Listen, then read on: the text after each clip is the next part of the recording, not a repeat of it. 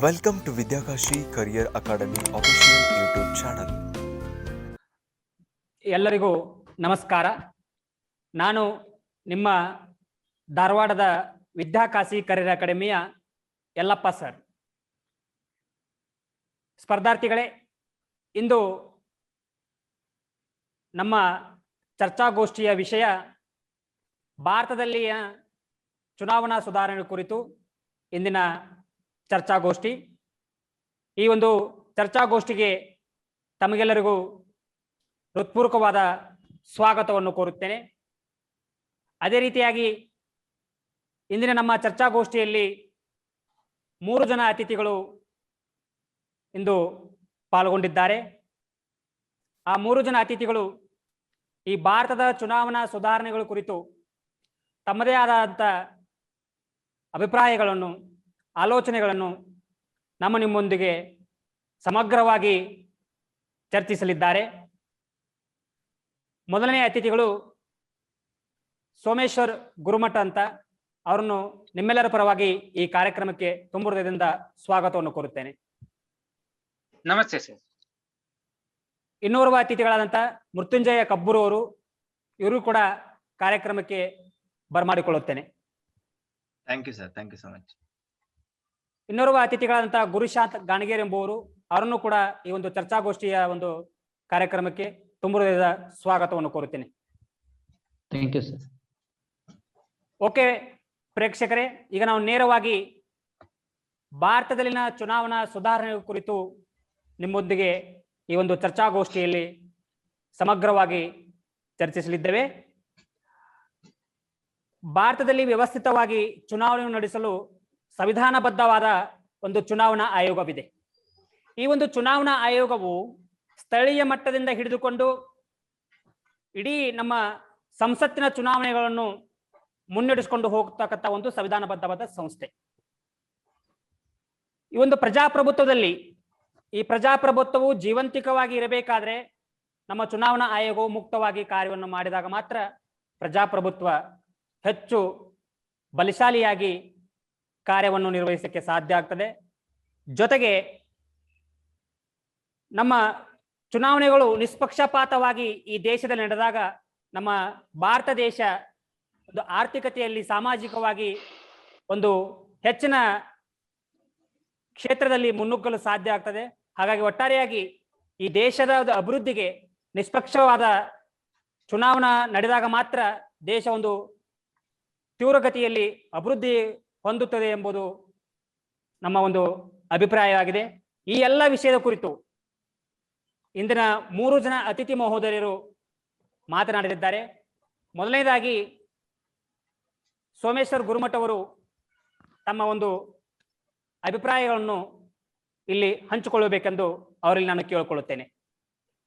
ಖಂಡಿತ ಸರ್, ಖಂಡಿತ. ಭಾರತದ ಈ ಒಂದು ಚುನಾವಣಾ ನೀತಿಗಳು ಮತ್ತು ಚುನಾವಣಾ ಸುಧಾರಣೆಗಳ ಬಗ್ಗೆ ನಾವು ಗಮನಿಸ್ತಾ ಹೋಗ್ಬೇಕಾದ್ರೆ ಇತ್ತೀಚಿನ ವರ್ಷಗಳಲ್ಲಿ ಹೆಚ್ಚಾಗಿ ಕೇಳಿ ಬರ್ತಾ ಇರುವಂತಹ ಒಂದು ಸಂಗತಿ ಏನೆಂದ್ರೆ, ಒಂದು ರಾಷ್ಟ್ರ ಮತ್ತು ಒಂದು ಚುನಾವಣೆ. ಲೋಕಸಭೆ ಮತ್ತು ರಾಜ್ಯಸಭೆ ಎರಡೂ ಚುನಾವಣೆಗಳನ್ನ ಒಂದೇ ಸಮಯದಲ್ಲಿ ನಡೆಸೋದ್ರಿಂದ ಅಲ್ಲಿ ನಾವು ಸಮಯವನ್ನ, ಹಣವನ್ನ ಮತ್ತು ನಮ್ಮ ಒಂದು ಶ್ರಮವನ್ನ ಉಳಿಸಿದ ಹಾಗೆ ಆಗುತ್ತೆ ಅನ್ನುವಂತಹ ಇತ್ತೀಚಿನ ಬೆಳವಣಿಗೆಗಳಲ್ಲಿ ಅತಿ ಹೆಚ್ಚಾಗಿ ಕೇಳಿ ಬರ್ತಾ ಇರುವಂತಹ ಒಂದು ಸಂಗತಿ. ಇದರ ಬಗ್ಗೆ ನೋಡೋದಾದ್ರೆ, ನಮ್ಮ ಈ ಭಾರತೀಯ ಜನರಿಗೆ ಇತ್ತೀಚಿನ ವರ್ಷಗಳಲ್ಲಿ ಪ್ರಜಾತಂತ್ರ ವ್ಯವಸ್ಥೆ ಅನ್ನುವಂಥದ್ದು ನಮ್ಮ ಭಾರತ ದೇಶದ ಆಧಾರ ಸ್ತಂಭ ಮೂಲವಾಗಿ ನಾವು ನೋಡೋದಾದ್ರೆ. ಆದ್ರೆ ಚುನಾವಣೆಗಳ ಇತ್ತೀಚಿನ ಸಂದರ್ಭಗಳಲ್ಲಿ ಹೇಗಾಗ್ತಾ ಇದೆ ಅಂದ್ರೆ, ದಿನಕ್ಕೊಂದು ಹಬ್ಬ ಆಗೋಗಿದ್ರೆ, ಪ್ರತಿದಿನವೂ ನಾವು ದೀಪಾವಳಿ ಮಾಡ್ತಾ ಹೋದ್ರೆ ದೀಪಾವಳಿ ಹಬ್ಬಕ್ಕೆ ಅಷ್ಟೊಂದು ಪ್ರಾಮುಖ್ಯತೆಯನ್ನು ನಾವು ಕೊಡೋದೇ ಇಲ್ಲ ಅಂತಿಮ ವರ್ಷದಲ್ಲಿ ಬಂದಾಗ. ಅದೇ ರೀತಿ ಪ್ರತಿ ಬಾರಿಯೂ ನಾವು ಚುನಾವಣೆ ಪದೇ ಪದೇ ಬರ್ತಾ ಹೋದ್ರೆ ಜನರು ಚುನಾವಣೆಗಳಲ್ಲಿ ತೋರಿಸುವಂತಹ ಆಸಕ್ತಿಯನ್ನ ದಿನೇ ದಿನೇ ಕಡಿಮೆ ಆಗ್ತಾ ಹೋಗುತ್ತೆ ಅನ್ನುವಂಥದ್ದು ಮೊದಲನೇ ವಾದ ಸರ್. ಹೀಗಾಗಿನೇ 5 ವರ್ಷಕ್ಕೊಮ್ಮೆ ಬರುವಂತಹ ಚುನಾವಣೆಗಳು, ಲೋಕಸಭೆ ಚುನಾವಣೆ ಆಗಿರ್ಬೋದು ಅಥವಾ ವಿಧಾನಸಭೆಯ ಚುನಾವಣೆಗಳಾಗಿರ್ಬೋದು, ಈ ಎರಡೂ ಚುನಾವಣೆಯನ್ನ ಒಂದೇ ಸಂದರ್ಭದಲ್ಲಿ ನಡೆಸಿದರೆ ನಮ್ಮ ಶಕ್ತಿಯು ಉಳಿತಾಯ ಆಗುತ್ತೆ, ಸಮಯವೂ ಕೂಡ ಉಳಿತಾಯ ಆಗುತ್ತೆ ಮತ್ತು ಅಭಿವೃದ್ಧಿಗಾಗಿ ಹೆಚ್ಚಿನ ಸಮಯವನ್ನ ನಾವು ಮೀಸಲಿಡಬಹುದು. ಯಾಕೆಂದ್ರೆ ಚುನಾವಣಾ ನೀತಿ ಆಯೋಗವು ಹಲವಾರು ನಿಯಮಗಳನ್ನ ಜಾರಿಗೊಳಿಸೋದ್ರಿಂದ ಒಂದು ರಾಜ್ಯದಲ್ಲಿ ಕೇಂದ್ರ ಸರ್ಕಾರವು ಏನಾದ್ರೂ ಒಂದು ಅಭಿವೃದ್ಧಿ ಯೋಜನೆಯನ್ನ ಅನುಷ್ಠಾನಗೊಳಿಸಬೇಕು ಅಂತ ಅನ್ಕೊಂಡಿದ್ರೆ ಅದನ್ನ ಮುಂದುವರಿಸಲಿಕ್ಕೆ ಆಗೋದಿಲ್ಲ. ಯಾಕೆಂದ್ರೆ ನೀತಿ ಆಯೋಗ ಅಲ್ಲಿ ಚುನಾವಣೆ ನಡೀತಾ ಇರುವಂತಹ ಕಾರಣಾರ್ಥವಾಗಿ ಯಾವುದೇ ಅಭಿವೃದ್ಧಿಯ ಯೋಜನೆಗಳನ್ನ ಘೋಷಣೆ ಮಾಡಬಾರದು ಅನ್ನುವಂತಹ ನಿಯಮವನ್ನ ತಂದಿರುತ್ತೆ. ಈ ರೀತಿ ನಾವು 5 ವರ್ಷಗಳ ಈ ಒಂದು ಅಭಿವೃದ್ಧಿಯ ಓಟದಲ್ಲಿ ಆ ಎಲ್ಲಕ್ಕಿಂತ ಪ್ರಮುಖವಾಗಿ ಅಭಿವೃದ್ಧಿಯನ್ನ ತೆಗೆದುಕೊಳ್ಳುವುದಕ್ಕಿಂತ ಮುಖ್ಯವಾಗಿ ಚುನಾವಣೆಗಳಿಗೇನೆ ಪಕ್ಷಗಳು ಕೇವಲ ಮಹತ್ವವನ್ನ ಕೊಡ್ತಾ ಇರಬಹುದಾ ಅನ್ನುವಂತಹ ದೊಡ್ಡ ಪ್ರಶ್ನೆ ಮೂಡುತ್ತೆ. ಇನ್ನು ನಾವು ನೋಡ್ತಾ ಹೋದ್ರೆ ಸರ್, ಅತಿ ಆದ್ರೆ ಅಮೃತವು ವಿಷ ಅನ್ನುವಂತಹ ಮಾತಿದೆ. ಹೀಗಾಗಿನೇ ಚುನಾವಣೆಗಳು ಹೆಚ್ಚಾಗ್ತಾ ಬಂದ ಹಾಗೆ ಜನ ಅದರಲ್ಲಿ ನಿರಾಸಕ್ತಿಯನ್ನು ತೋರಿಸ್ತಾ ಇದ್ದಾರೆ ಅನ್ನೋದಕ್ಕೆ 2019ರಲ್ಲಿ ಬೆಂಗಳೂರಿನಲ್ಲಿ ನಡೆದಂತಹ ಜನ ವೋಟಿಂಗ್ ರೇಟ್ ಏನಿತ್ತು, ಒಟ್ಟಾರೆ ಬೆಂಗಳೂರಿನ 49% ಜನ ಮಾತ್ರ ವೋಟ್ ಹಾಕ್ಲಿಕ್ಕೆ ತಿರುಗಿದ್ರಂತೆ. ಇನ್ನು 51% ಜನ ಹತ್ರ ವೋಟ್ ಹಾಕ್ಲಿಕ್ಕೆ ಬಂದಿರಲಿಲ್ಲ. ನಾವು ನೋಡೋದಾದ್ರೆ ಬೆಂಗಳೂರಿನ ಜನರನ್ನ ಅತಿ ಹೆಚ್ಚು ಸಾಕ್ಷರತೆಯನ್ನ ಹೊಂದಿದವರು, ಓದಿದವರು ಅಂತ ನಾವು ಹೇಳ್ತೀವಿ. ಆದ್ರೆ ಅಲ್ಲಿಯ ಜನ ಮತದಾನಕ್ಕೋಸ್ಕರ ಅವರು ತೋರಿಸಿರುವಂತಹ ಪ್ರತಿಕ್ರಿಯೆಯನ್ನ ನಾವು ಗಮನಿಸಿದಾಗ ಅಲ್ಲಿ ನಮಗೆ ತಿಳಿದು ಬರೋದೇನೆಂದ್ರೆ ಮತದಾನದ ಹತ್ರ ಅವರ ಒಂದು ಆಸಕ್ತಿ ಕಡಿಮೆ ಆಗ್ತಾ ಬರ್ತಾ ಇದೆ ಅನ್ನುವಂಥದ್ದು. ಬಹುಶಃ ಈ ಸಂಗತಿಗಳನ್ನ ಗಮನದಲ್ಲಿ ಇಟ್ಟುಕೊಂಡು ನಮ್ಮ ಕೇಂದ್ರ ಸರ್ಕಾರ ಆಗಿರಬಹುದು ಮತ್ತು ನಮ್ಮ ವ್ಯವಸ್ಥೆ ಆಗಿರಬಹುದು ಒಂದು ರಾಷ್ಟ್ರ ಒಂದು ಚುನಾವಣೆ ಎನ್ನುವಂತಹ ಒಂದು ನೀತಿಯನ್ನ ನಿರೂಪಿಸಲಿಕ್ಕೆ ಮುಂದಾಗಿದೆ ಅಂತ ನನ್ಗನ್ಸುತ್ತೆ. ಓಕೆ, ಸೋಮೇಶ್ ಅವರು ತಮ್ಮ ಅಭಿಪ್ರಾಯದಲ್ಲಿ ಏನ್ ಹೇಳ್ತಾ ಇದ್ದಾರೆ ಅಂದ್ರೆ, ದೇಶದಲ್ಲಿ ಏಕಕಾಲಕ್ಕೆ ಚುನಾವಣೆ ನಡೆದರೆ ಸಮಯ ಹಾಗೂ ಅಭಿವೃದ್ಧಿ ದೃಷ್ಟಿಯಿಂದ ಬಹಳಷ್ಟು ಉಪಯೋಗವಾಗುತ್ತದೆ ಎಂಬುದು ಸೋಮೇಶ್ ಅವರ ಅಭಿಪ್ರಾಯವಾಗಿದೆ. ಯಾಕಂದ್ರೆ ನಾವು ನಿತ್ಯ ನೋಡ್ತೀವಿ, ಸ್ಥಳೀಯ ಚುನಾವಣೆಯಿಂದ ಹಿಡಿದುಕೊಂಡು ನಮ್ಮ ಸಂಸತ್ ಚುನಾವಣೆವರೆಗೂ ಹಂತವಾಗಿ ವರ್ಷ ಏನು ಚುನಾವಣೆ ನಡೀತಾವೆ. ಇದರಿಂದ ಸಾಕಷ್ಟು ಅಭಿವೃದ್ಧಿಗೆ ಒಂದು ಹಿನ್ನಡೆ ಆಗತ್ತೆ. ಜೊತೆಗೆ ಮಾನವರ ಒಂದು ಸಂಪನ್ಮೂಲ ಒಂದು ಏನಾಗತ್ತೆ ಹೆಚ್ಚಿಗೆ ಬಳಸೋದ್ರಿಂದ ಬೇರೆ ಬೇರೆ ಕ್ಷೇತ್ರದ ಮೇಲೆ ಅದು ಪರಿಣಾಮ ಬೀರುತ್ತದೆ. ಹಿಂಗಾಗಿ ದೇಶವು ಏಕಕಾಲಕ್ಕೆ ಚುನಾವಣೆ ನಡೆಸಲಿ ಎಂಬುದು ಅವರ ಒಂದು ಅಭಿಪ್ರಾಯವಾಗಿದೆ. ಓಕೆ, ಈ ಒಂದು ವಿಷಯ ಕುರಿತು ಮೃತ್ಯುಂಜಯ ಅವರು ಏನೇನು ಮಾತಾಡ್ತೀರಿ ನೀವು? ಖಂಡಿತವಾಗಿಯೂ ಸರ್, ನಾನು ಆ ಮಾತಿಗೆ ಒಪ್ಕೊಳ್ತೇನೆ. ಯಾಕಂದ್ರೆ ಒಂದು ರಾಷ್ಟ್ರ ಒಂದು ಚುನಾವಣೆ ಪರಿಕಲ್ಪನೆ ಬಹಳ ಸೂಕ್ತವಾದಂತದ್ದು. ಭಾರತದಂತಹ ಒಂದು ಪ್ರಜಾಪ್ರಭುತ್ವ ರಾಷ್ಟ್ರಕ್ಕೆ ಅದರ ಅವಶ್ಯಕತೆ ಇದೆ ಅಂತ ಅನ್ನುವಂಥದ್ದು ನನ್ನ ವಾದ. ಯಾಕಂತಂದ್ರೆ ಅದರಿಂದ ಸಾಕಷ್ಟು ಅನುಕೂಲತೆಗಳಿದ್ದಾವೆ ನಮಗೆ. ಒಂದೇ ಸರ್ತಿಗೆ ನೀವು ಹೇಳ್ದಂಗೆ ಹಣವನ್ನ ಉಳಿಸಬಹುದು, ಶ್ರಮವನ್ನ ಉಳಿಸಬಹುದು, ಸಮಯವನ್ನ ಉಳಿಸಬಹುದು. ಬಹಳ ಪ್ರಮುಖವಾಗಿ ಈ ಚುನಾವಣಾ ನೀತಿ ಸಂಹಿತೆಯನ್ನ ಜಾರಿಗೊಳಿಸಿ ಅಭಿವೃದ್ಧಿ ಕಾರ್ಯಗಳನ್ನೇನು ಕುಂಠಿತಗೊಳಿಸ್ತಾರೆ, ಅದರಿಂದ ಅಭಿವೃದ್ಧಿ ಕಾರ್ಯಗಳು ಮತ್ತಷ್ಟು ಶೀಘ್ರವಾಗಿ ತ್ವರಿತವಾಗಿ ಆಗ್ಲಿಕ್ಕೆ ಅದೊಂದು ಅನುಕೂಲತೆಯನ್ನ ಕಲ್ಪಿಸಿಕೊಡುತ್ತೆ ಅನ್ನುವಂಥದ್ದು ನನ್ನ ವಾದ. ಜೊತೆಗೆ ಈ ಚುನಾವಣಾ ಸುಧಾರಣೆಗಳ ಬಗ್ಗೆ ಮಾತಾಡೋದಾದ್ರೆ, ಈ ಚುನಾವಣಾ ಸುಧಾರಣೆಗಳು ಯಾಕೆ ಬಂದ್ವು ಅನ್ನೋದನ್ನ ನಾವು ಮೊದಲು ವಿಚಾರ ಮಾಡ್ಬೇಕಾಗಿದೆ. 1950 ಜನವರಿ 26ಕ್ಕೆ ನಮ್ಮ ದೇಶ ಪ್ರಜಾಪ್ರಭುತ್ವ ರಾಷ್ಟ್ರ ಅಂತ ನಾವು ಕರ್ಕೊಂಡ್ವಿ, ಸಂವಿಧಾನವನ್ನ ಜಾರಿಗೊಳಿಸಿದ್ವಿ. ಅದಾದ ನಂತರ 1951ರ ಅಕ್ಟೋಬರ್ನಿಂದ 1952ರ ಫೆಬ್ರವರಿಗೆ ಮೊದಲ ಬಾರಿಗೆ ನಾವು ಚುನಾವಣೆಗಳನ್ನ ನಮ್ಮ ಭಾರತದಲ್ಲಿ ಸಾರ್ವತ್ರಿಕ ಚುನಾವಣೆಗಳನ್ನ ನಡೆಸಿದ್ವಿ. ಸುಮಾರು 1800 ಅಭ್ಯರ್ಥಿಗಳು ಭಾಗವಹಿಸಿದ್ರು ಮೊದಲನೇ ಒಂದು ಚುನಾವಣೆಯಲ್ಲಿ. ಸುಮಾರು 400ಕ್ಕಿಂತ ಹೆಚ್ಚು ಸ್ಥಾನಗಳಿಗೆ ಎಲೆಕ್ಷನ್ ನಡೆದಿತ್ತು, 496 ಸ್ಥಾನಗಳಿಗೆ. ಸುಮಾರು ಆ ಸಂದರ್ಭದಲ್ಲಿ ಅಂದ್ರೆ ಪ್ರಥಮ ಸಾರ್ವತ್ರಿಕ ಚುನಾವಣೆ ಸಂದರ್ಭದಲ್ಲಿ 105.5 ಮಿಲಿಯನ್ ಮತದಾರರು ಮತವನ್ನ ಹಾಕಿದ್ರು. ಸೊ ಆ ಒಂದು ಮೊದಲ ಮತ್ತು ದ್ವಿತೀಯ ಮತ್ತು ತೃತೀಯ ಸಾರ್ವತ್ರಿಕ ಚುನಾವಣೆಗಳು ಏನಾದ್ವು, ಆ ಸಂದರ್ಭದಲ್ಲಿ ಯಾವುದೇ ಸುಧಾರಣೆಗಳನ್ನ ನಮ್ಮ ಚುನಾವಣೆಯಲ್ಲಿ ನಾವು ಮಾಡಿಕೊಳ್ಳಿಲ್ಲ. ಆದ್ರೆ ಮೂರನೇ ಸಾರ್ವತ್ರಿಕ ಚುನಾವಣೆ ನಂತರ ಹಂತವಾಗಿ ಆಯಾ ಕಾಲಕ್ಕೆ ತಕ್ಕಂತೆ ನಾವು ಮಾರ್ಪಡಿಸ್ತಾ ಕೆಲವೊಂದಿಷ್ಟು ಚುನಾವಣಾ ಸುಧಾರಣೆಗಳನ್ನ ಜಾರಿಗೊಳಿಸ್ತಾ ಬಂದ್ವಿ. ಬಹಳ ಪ್ರಮುಖವಾಗಿ ಯಾಕೆ ಚುನಾವಣಾ ಸುಧಾರಣೆಗಳು ಬಂದ್ವು ಅಂತಂದ್ರೆ, ಏನಾಗ್ಬಿಟ್ಟಿತ್ತು ಚುನಾವಣೆ ಅಂತಂದ್ರೆ ಬರೀ ಅಧಿಕಾರ ಇರೋರು, ಹಣ ಇರೋರು, ತೋಳ್ಬಲ ಇರೋರು ಮತ್ತು ಹಿನ್ನೆಲೆ ಇರೋರು ಮಾತ್ರ ಚುನಾವಣೆಗಳಲ್ಲಿ ಗೆಲ್ತಾರೆ ಅನ್ನುವಂತಹ ಒಂದು ಪರಿಕಲ್ಪನೆ ಏನಿದೆ ಅದು ಎಲ್ಲರಲ್ಲೂ ಬಹಳ ಆಳವಾಗಿ ಬೇರೂರ್ಬಿಟ್ಟಿತ್ತು. ಹಾಗಾಗಿ ಎಲ್ಲರೂ ಚುನಾವಣೆಯಲ್ಲಿ ಭಾಗವಹಿಸಬೇಕು, ಪಾರದರ್ಶಕವಾಗಿ ಚುನಾವಣೆಗಳು ನಡೀಬೇಕು ಮತ್ತು ನಿಷ್ಪಕ್ಷಪಾತವಾಗಿ ಅಭ್ಯರ್ಥಿಗಳು ಚುನಾವಣೆಗೆ ಸ್ಪರ್ಧಿಸಬೇಕು. ಜೊತೆಗೆ ಪ್ರಜಾಪ್ರಭುತ್ವಕ್ಕೆ ಒಂದು ನೈಜ ಅರ್ಥ ಸಿಗಬೇಕು ಅನ್ನುವಂತಹ ಉದ್ದೇಶದಿಂದ ಸಾಕಷ್ಟು ಚುನಾವಣಾ ಸುಧಾರಣೆಗಳನ್ನ ಜಾರಿಗೊಳಿಸಿದ್ರು. ಬಹಳ ವಿಶೇಷವಾಗಿ ಹೇಳ್ಬೇಕು ಅಂತಂದ್ರೆ ಒಂದಿಷ್ಟು ಪ್ರಮುಖವಾದಂತಹ ಚುನಾವಣಾ ಸುಧಾರಣೆಗಳ ಬಗ್ಗೆ ನಾನು ನಿಮ್ಗೆ ಹೇಳ್ತಾ ಹೋಗ್ತೀನಿ. ಒಂದು ನಾವೆಲ್ಲ ನೋಡ್ತಾ ಇದ್ದೀವಿ ಇತ್ತೀಚೆಗೆ ಬಂದಿರುವಂತಹ ಈ ಒಂದು ಯಾವುದು ಮತದಾನ ವಯಸ್ಸಿನ ಒಂದು ಅದೇನು ವಯಸ್ಸಿತ್ತು ಅದನ್ನ ಕಡಿಮೆ ಮಾಡಿರುವಂತದ್ದು. ಮೊದಲು ಅದು ಪ್ರಾರಂಭದಲ್ಲಿ 21 ವರ್ಷ ಆಗಿತ್ತು. ಆದ್ರೆ ಅದನ್ನ 1988ರಲ್ಲಿ 61ನೇ ಸಂವಿಧಾನದ ತಿದ್ದುಪಡಿ ಮೂಲಕ ಏನ್ ಮಾಡಿದ್ರು ಅಂತಂದ್ರೆ 18ರಿಂದ 21ರಿಂದ ಅದನ್ನ 18 ವರ್ಷಕ್ಕೆ ಅದನ್ನ ಕಡಿತಗೊಳಿಸಿದ್ರು. ಅದು ಒಂದು ಬಹಳ ಪ್ರಮುಖವಾದಂತಹ ಸುಧಾರಣೆ ಅಂತ ನಾನು ಹೇಳಿಕ್ಕೆ ಇಷ್ಟಪಡ್ತೀನಿ. ಇನ್ನು ಕೆಲವೊಂದಿಷ್ಟು ಸಮಿತಿಗಳ ಮೂಲಕ ನಮ್ಮ ಭಾರತದಲ್ಲಿ ವಿಶೇಷವಾಗಿ ಚುನಾವಣಾ ಸುಧಾರಣೆಗಳನ್ನು ಜಾರಿಗೊಳಿಸ್ಲಿಕ್ಕೆ ಮುಂದಾಯಿತು ನಮ್ಮ ಸರ್ಕಾರ. ವಿಶೇಷವಾಗಿ ತಾರ್ಕುಂಡೆ ಸಮಿತಿ ಆಗಿರಬಹುದು, ಆಮೇಲೆ ದಿನೇಶ್ ಗೋಸ್ವಾಮಿ ಸಮಿತಿ ಆಗಿರಬಹುದು, ಹಾಗೆ ಕಾನೂನು ಆಯೋಗದ ವರದಿ ಆಗಿರ್ಬಹುದು 1998ರಲ್ಲಿ ಬಂದಿರುವಂತದ್ದು, ಮತ್ತೆ ನ್ಯಾಯಮೂರ್ತಿ ಕುಲದೀಪ್ ಸಿಂಗ್ ಸಮಿತಿ ಆಗಿರಬಹುದು, ಹಾಗೆ ವಾಂಚು ಸಮಿತಿ ಆಗಿರಬಹುದು, ಇಂದ್ರಜಿತ್ ಗುಪ್ತಾ ಸಮಿತಿ ಆಗಿರ್ಬಹುದು.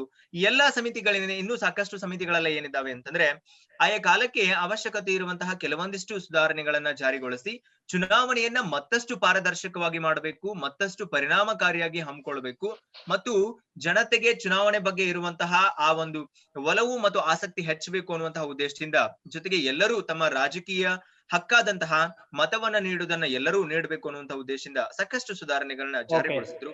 ಇನ್ನೂ ಸಾಕಷ್ಟು ಸುಧಾರಣೆಗಳ ಬಗ್ಗೆ ನಾವು ಮುಂದೆ ಮಾತಾಡ್ತಾ ಹೋಗೋಣ. ಇದಿಷ್ಟು ನನ್ನ ಒಂದು ಅಭಿಪ್ರಾಯ.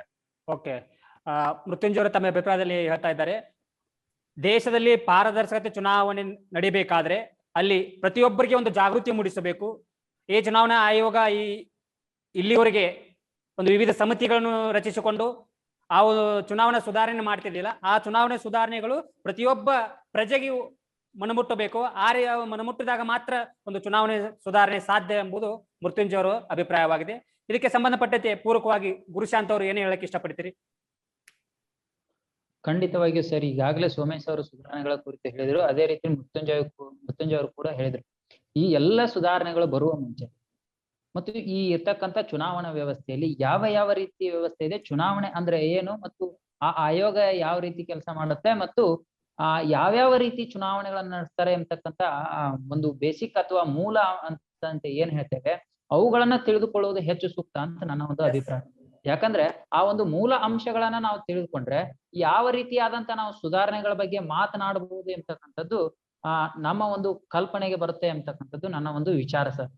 ಈಗಾಗಲೇ ನಾವು ನೋಡಿರ್ಬೋದು, ನಮ್ಮ ಭಾರತದ ಈ ಇರ್ತಕ್ಕಂಥ ವ್ಯವಸ್ಥೆ ಯಾವ್ದಂದ್ರೆ ಪ್ರಜಾಪ್ರಭುತ್ವ ವ್ಯವಸ್ಥೆ. ಆದ್ರೆ ಉಳಿದ ರಾಷ್ಟ್ರಗಳು, ಕೆಲವೊಂದಿಷ್ಟು ರಾಷ್ಟ್ರಗಳು ನಿರಂಕುಶ ಆಡಳಿತ ಇರ್ಬೋದು ಅಥವಾ ರಾಜಪ್ರಭುತ್ವ ಇರ್ಬೋದು, ಇನ್ನಿತರ ಹಲವಾರು ಆಡಳಿತಗಳು ಇದ್ದಾಗ್ಯೂ ಕೂಡ ಇವತ್ತು ನಮ್ಮ ಭಾರತ ವ್ಯವಸ್ಥೆ ಯಾವ ರೀತಿಯಾದಂತಹ ವ್ಯವಸ್ಥೆಯನ್ನು ಅಳವಡಿಸ್ಕೊಂಡಿದೆ ಅಂದ್ರೆ ಪ್ರಜಾಪ್ರಭುತ್ವ ಅಳವಡಿಸ್ಕೊಂಡಿದೆ. ಈ ಒಂದು ಪ್ರಜಾಪ್ರಭುತ್ವ ವ್ಯವಸ್ಥೆಯಲ್ಲಿ ಪ್ರಮುಖವಾಗಿ ಪಾತ್ರ ವಹಿಸುವುದು ಯಾವ್ದಂದ್ರೆ ಈ ಒಂದು ಚುನಾವಣೆ. ಈ ಒಂದು ಪ್ರಜಾಪ್ರಭುತ್ವದ ಒಂದು ಅವಿಭಾಜ್ಯ ಅಂಗವೇ ಅಂತಂದು ನಾವಿಲ್ಲಿ ಹೇಳ್ಬೋದು. ಯಾಕಂದ್ರೆ ಈ ಒಂದು ಚುನಾವಣೆ ಇಲ್ಲದೆ ಪ್ರಜಾಪ್ರಭುತ್ವ ಯಶಸ್ವಿ ಆಗ್ಲಿಕ್ಕೆ ಸಾಧ್ಯವೇ ಇಲ್ಲ. ಈ ಒಂದು ಪ್ರಜಾಪ್ರಭುತ್ವದ ಒಂದು ಅವಿಭಾಜ್ಯ ಅಂಗ ಮತ್ತು ಬಹುಮುಖ್ಯವಾದಂತ ಒಂದು ಕಲ್ಪನೆ ಈ ಒಂದು ಚುನಾವಣೆ ಅಂತಕ್ಕಂಥದ್ದನ್ನ ನಾವಿಲ್ಲಿ ಬಹಳ ಸ್ಪಷ್ಟಪಡಿಸಬಹುದು ಸರ್. ಇಲ್ಲಿ ನಾವು ಗಮನಿಸಬಹುದು, ನಮ್ಮ ಭಾರತದ ಸಂವಿಧಾನದ 15ನೇ ಭಾಗದೊಳಗೆ ಮತ್ತು 324ನೇ ವಿಧಿಯಲ್ಲಿ ನಮ್ಮ ಸಂವಿಧಾನ ಈ ಒಂದು ಚುನಾವಣಾ ಆಯೋಗದ ಕುರಿತು ತಿಳಿಸುತ್ತೆ. ಭಾರತದಲ್ಲಿ ಯಾವ ರೀತಿ ಚುನಾವಣೆಯನ್ನ ನಡೆಸಬೇಕು ಮತ್ತು ಯಾವ ರೀತಿಯಾದಂತ ಆಡಳಿತವನ್ನ ಜನರಿಗೆ ಸರ್ಕಾರ ಮುಟ್ಟಿಸ್ಬೇಕು, ಅಂತ ಸರ್ಕಾರಗಳನ್ನ ಜನರಿಗೆ ಯಾವ ರೀತಿಯಾಗಿ ಅದನ್ನ ಆರಿಸಿ ಕಳಿಸ್ಬೇಕು ಅಂತಕ್ಕಂಥದ್ದನ್ನ ಈ ಒಂದು ಚುನಾವಣಾ ಆಯೋಗ ಒಂದು ವೇದಿಕೆಯನ್ನ ಕಲ್ಪಿಸಿಕೊಡುತ್ತೆ ಅಂತ ನಾವಿಲ್ಲಿ ಹೇಳ್ಬೋದು ಸರ್. ಈ ಒಂದು ಚುನಾವಣಾ ಆಯೋಗ ಅಂದ್ರೆ ಏನು ಅಥವಾ ಈ ಒಂದು ಚುನಾವಣೆ ಅಂದ್ರೆ ಏನು ಅಂತಕ್ಕಂಥದ್ದನ್ನ ತಿಳ್ಕೊಳ್ಳೋದು ಬಹಳ ಮುಖ್ಯ ಅಂತಕ್ಕಂಥದ್ದು ನನ್ನ ಒಂದು ಅಭಿಪ್ರಾಯ. ಯಾಕಂದ್ರೆ ಸಂವಿಧಾನದತ್ತವಾಗಿ ಮತದಾನದ ಮೂಲಕ ಪ್ರಜೆಗಳು ತಮಗೆ ಬೇಕಾದಂತ ಪ್ರತಿನಿಧಿಗಳನ್ನ ಆಯ್ಕೆ ಮಾಡಿಕೊಳ್ಳುವ ಒಂದು ಪ್ರಕ್ರಿಯೆ ಏನಿದೆಯಲ್ಲ ಅದನ್ನ ನಾವು ಚುನಾವಣೆ ಅಂತ ಕರಿತೇವೆ. ಅದೇ ರೀತಿ ಈ ಒಂದು ಹಲವಾರು ರೀತಿಯಾದಂತ ಉಪ ಚುನಾವಣೆಗಳು ಕೂಡ ಈ ಒಂದು ಚುನಾವಣಾ ಆಯೋಗ ನಡೆಸುತ್ತೆ ಅಂತಕ್ಕಂಥದ್ದನ್ನ ನಾವು ಇಲ್ಲಿ ನೋಡ್ಬೋದು. ಪ್ರಮುಖವಾದಂತ ಉಪ ಚುನಾವಣೆಗಳು ಕೂಡ ಆಗ್ಬಹುದು, ಅದು ಮರು ಚುನಾವಣೆ ಆಗ್ಬಹುದು ಅಥವಾ ಸಾರ್ವತ್ರಿಕ ವಯಸ್ಕ ಮತದಾನ ಪದ್ಧತಿ ಆಗಿರ್ಬೋದು. ಈ ರೀತಿಯಾದಂತ ಉಪ ಚುನಾವಣೆಗಳು ಕೂಡ ಅಥವಾ ಉಪ ವಿಧಾನಗಳು ಕೂಡ ಇದಾವೆ ಅಂತಕ್ಕಂಥದ್ದನ್ನ ನಾವಿಲ್ಲಿ ಹೇಳ್ಬೋದು. ಮುಖ್ಯವಾಗಿ ಈ ಚುನಾವಣಾ ಎಂಬತಕ್ಕಂಥ ಪದದ ಎಲ್ಲಿಂದ ಬಂತು ಎಂಬತಕ್ಕಂಥದ್ದನ್ನ ನಾವು ತಿಳಿದುಕೊಳ್ಳುವುದು ಇಂಪಾರ್ಟೆಂಟ್.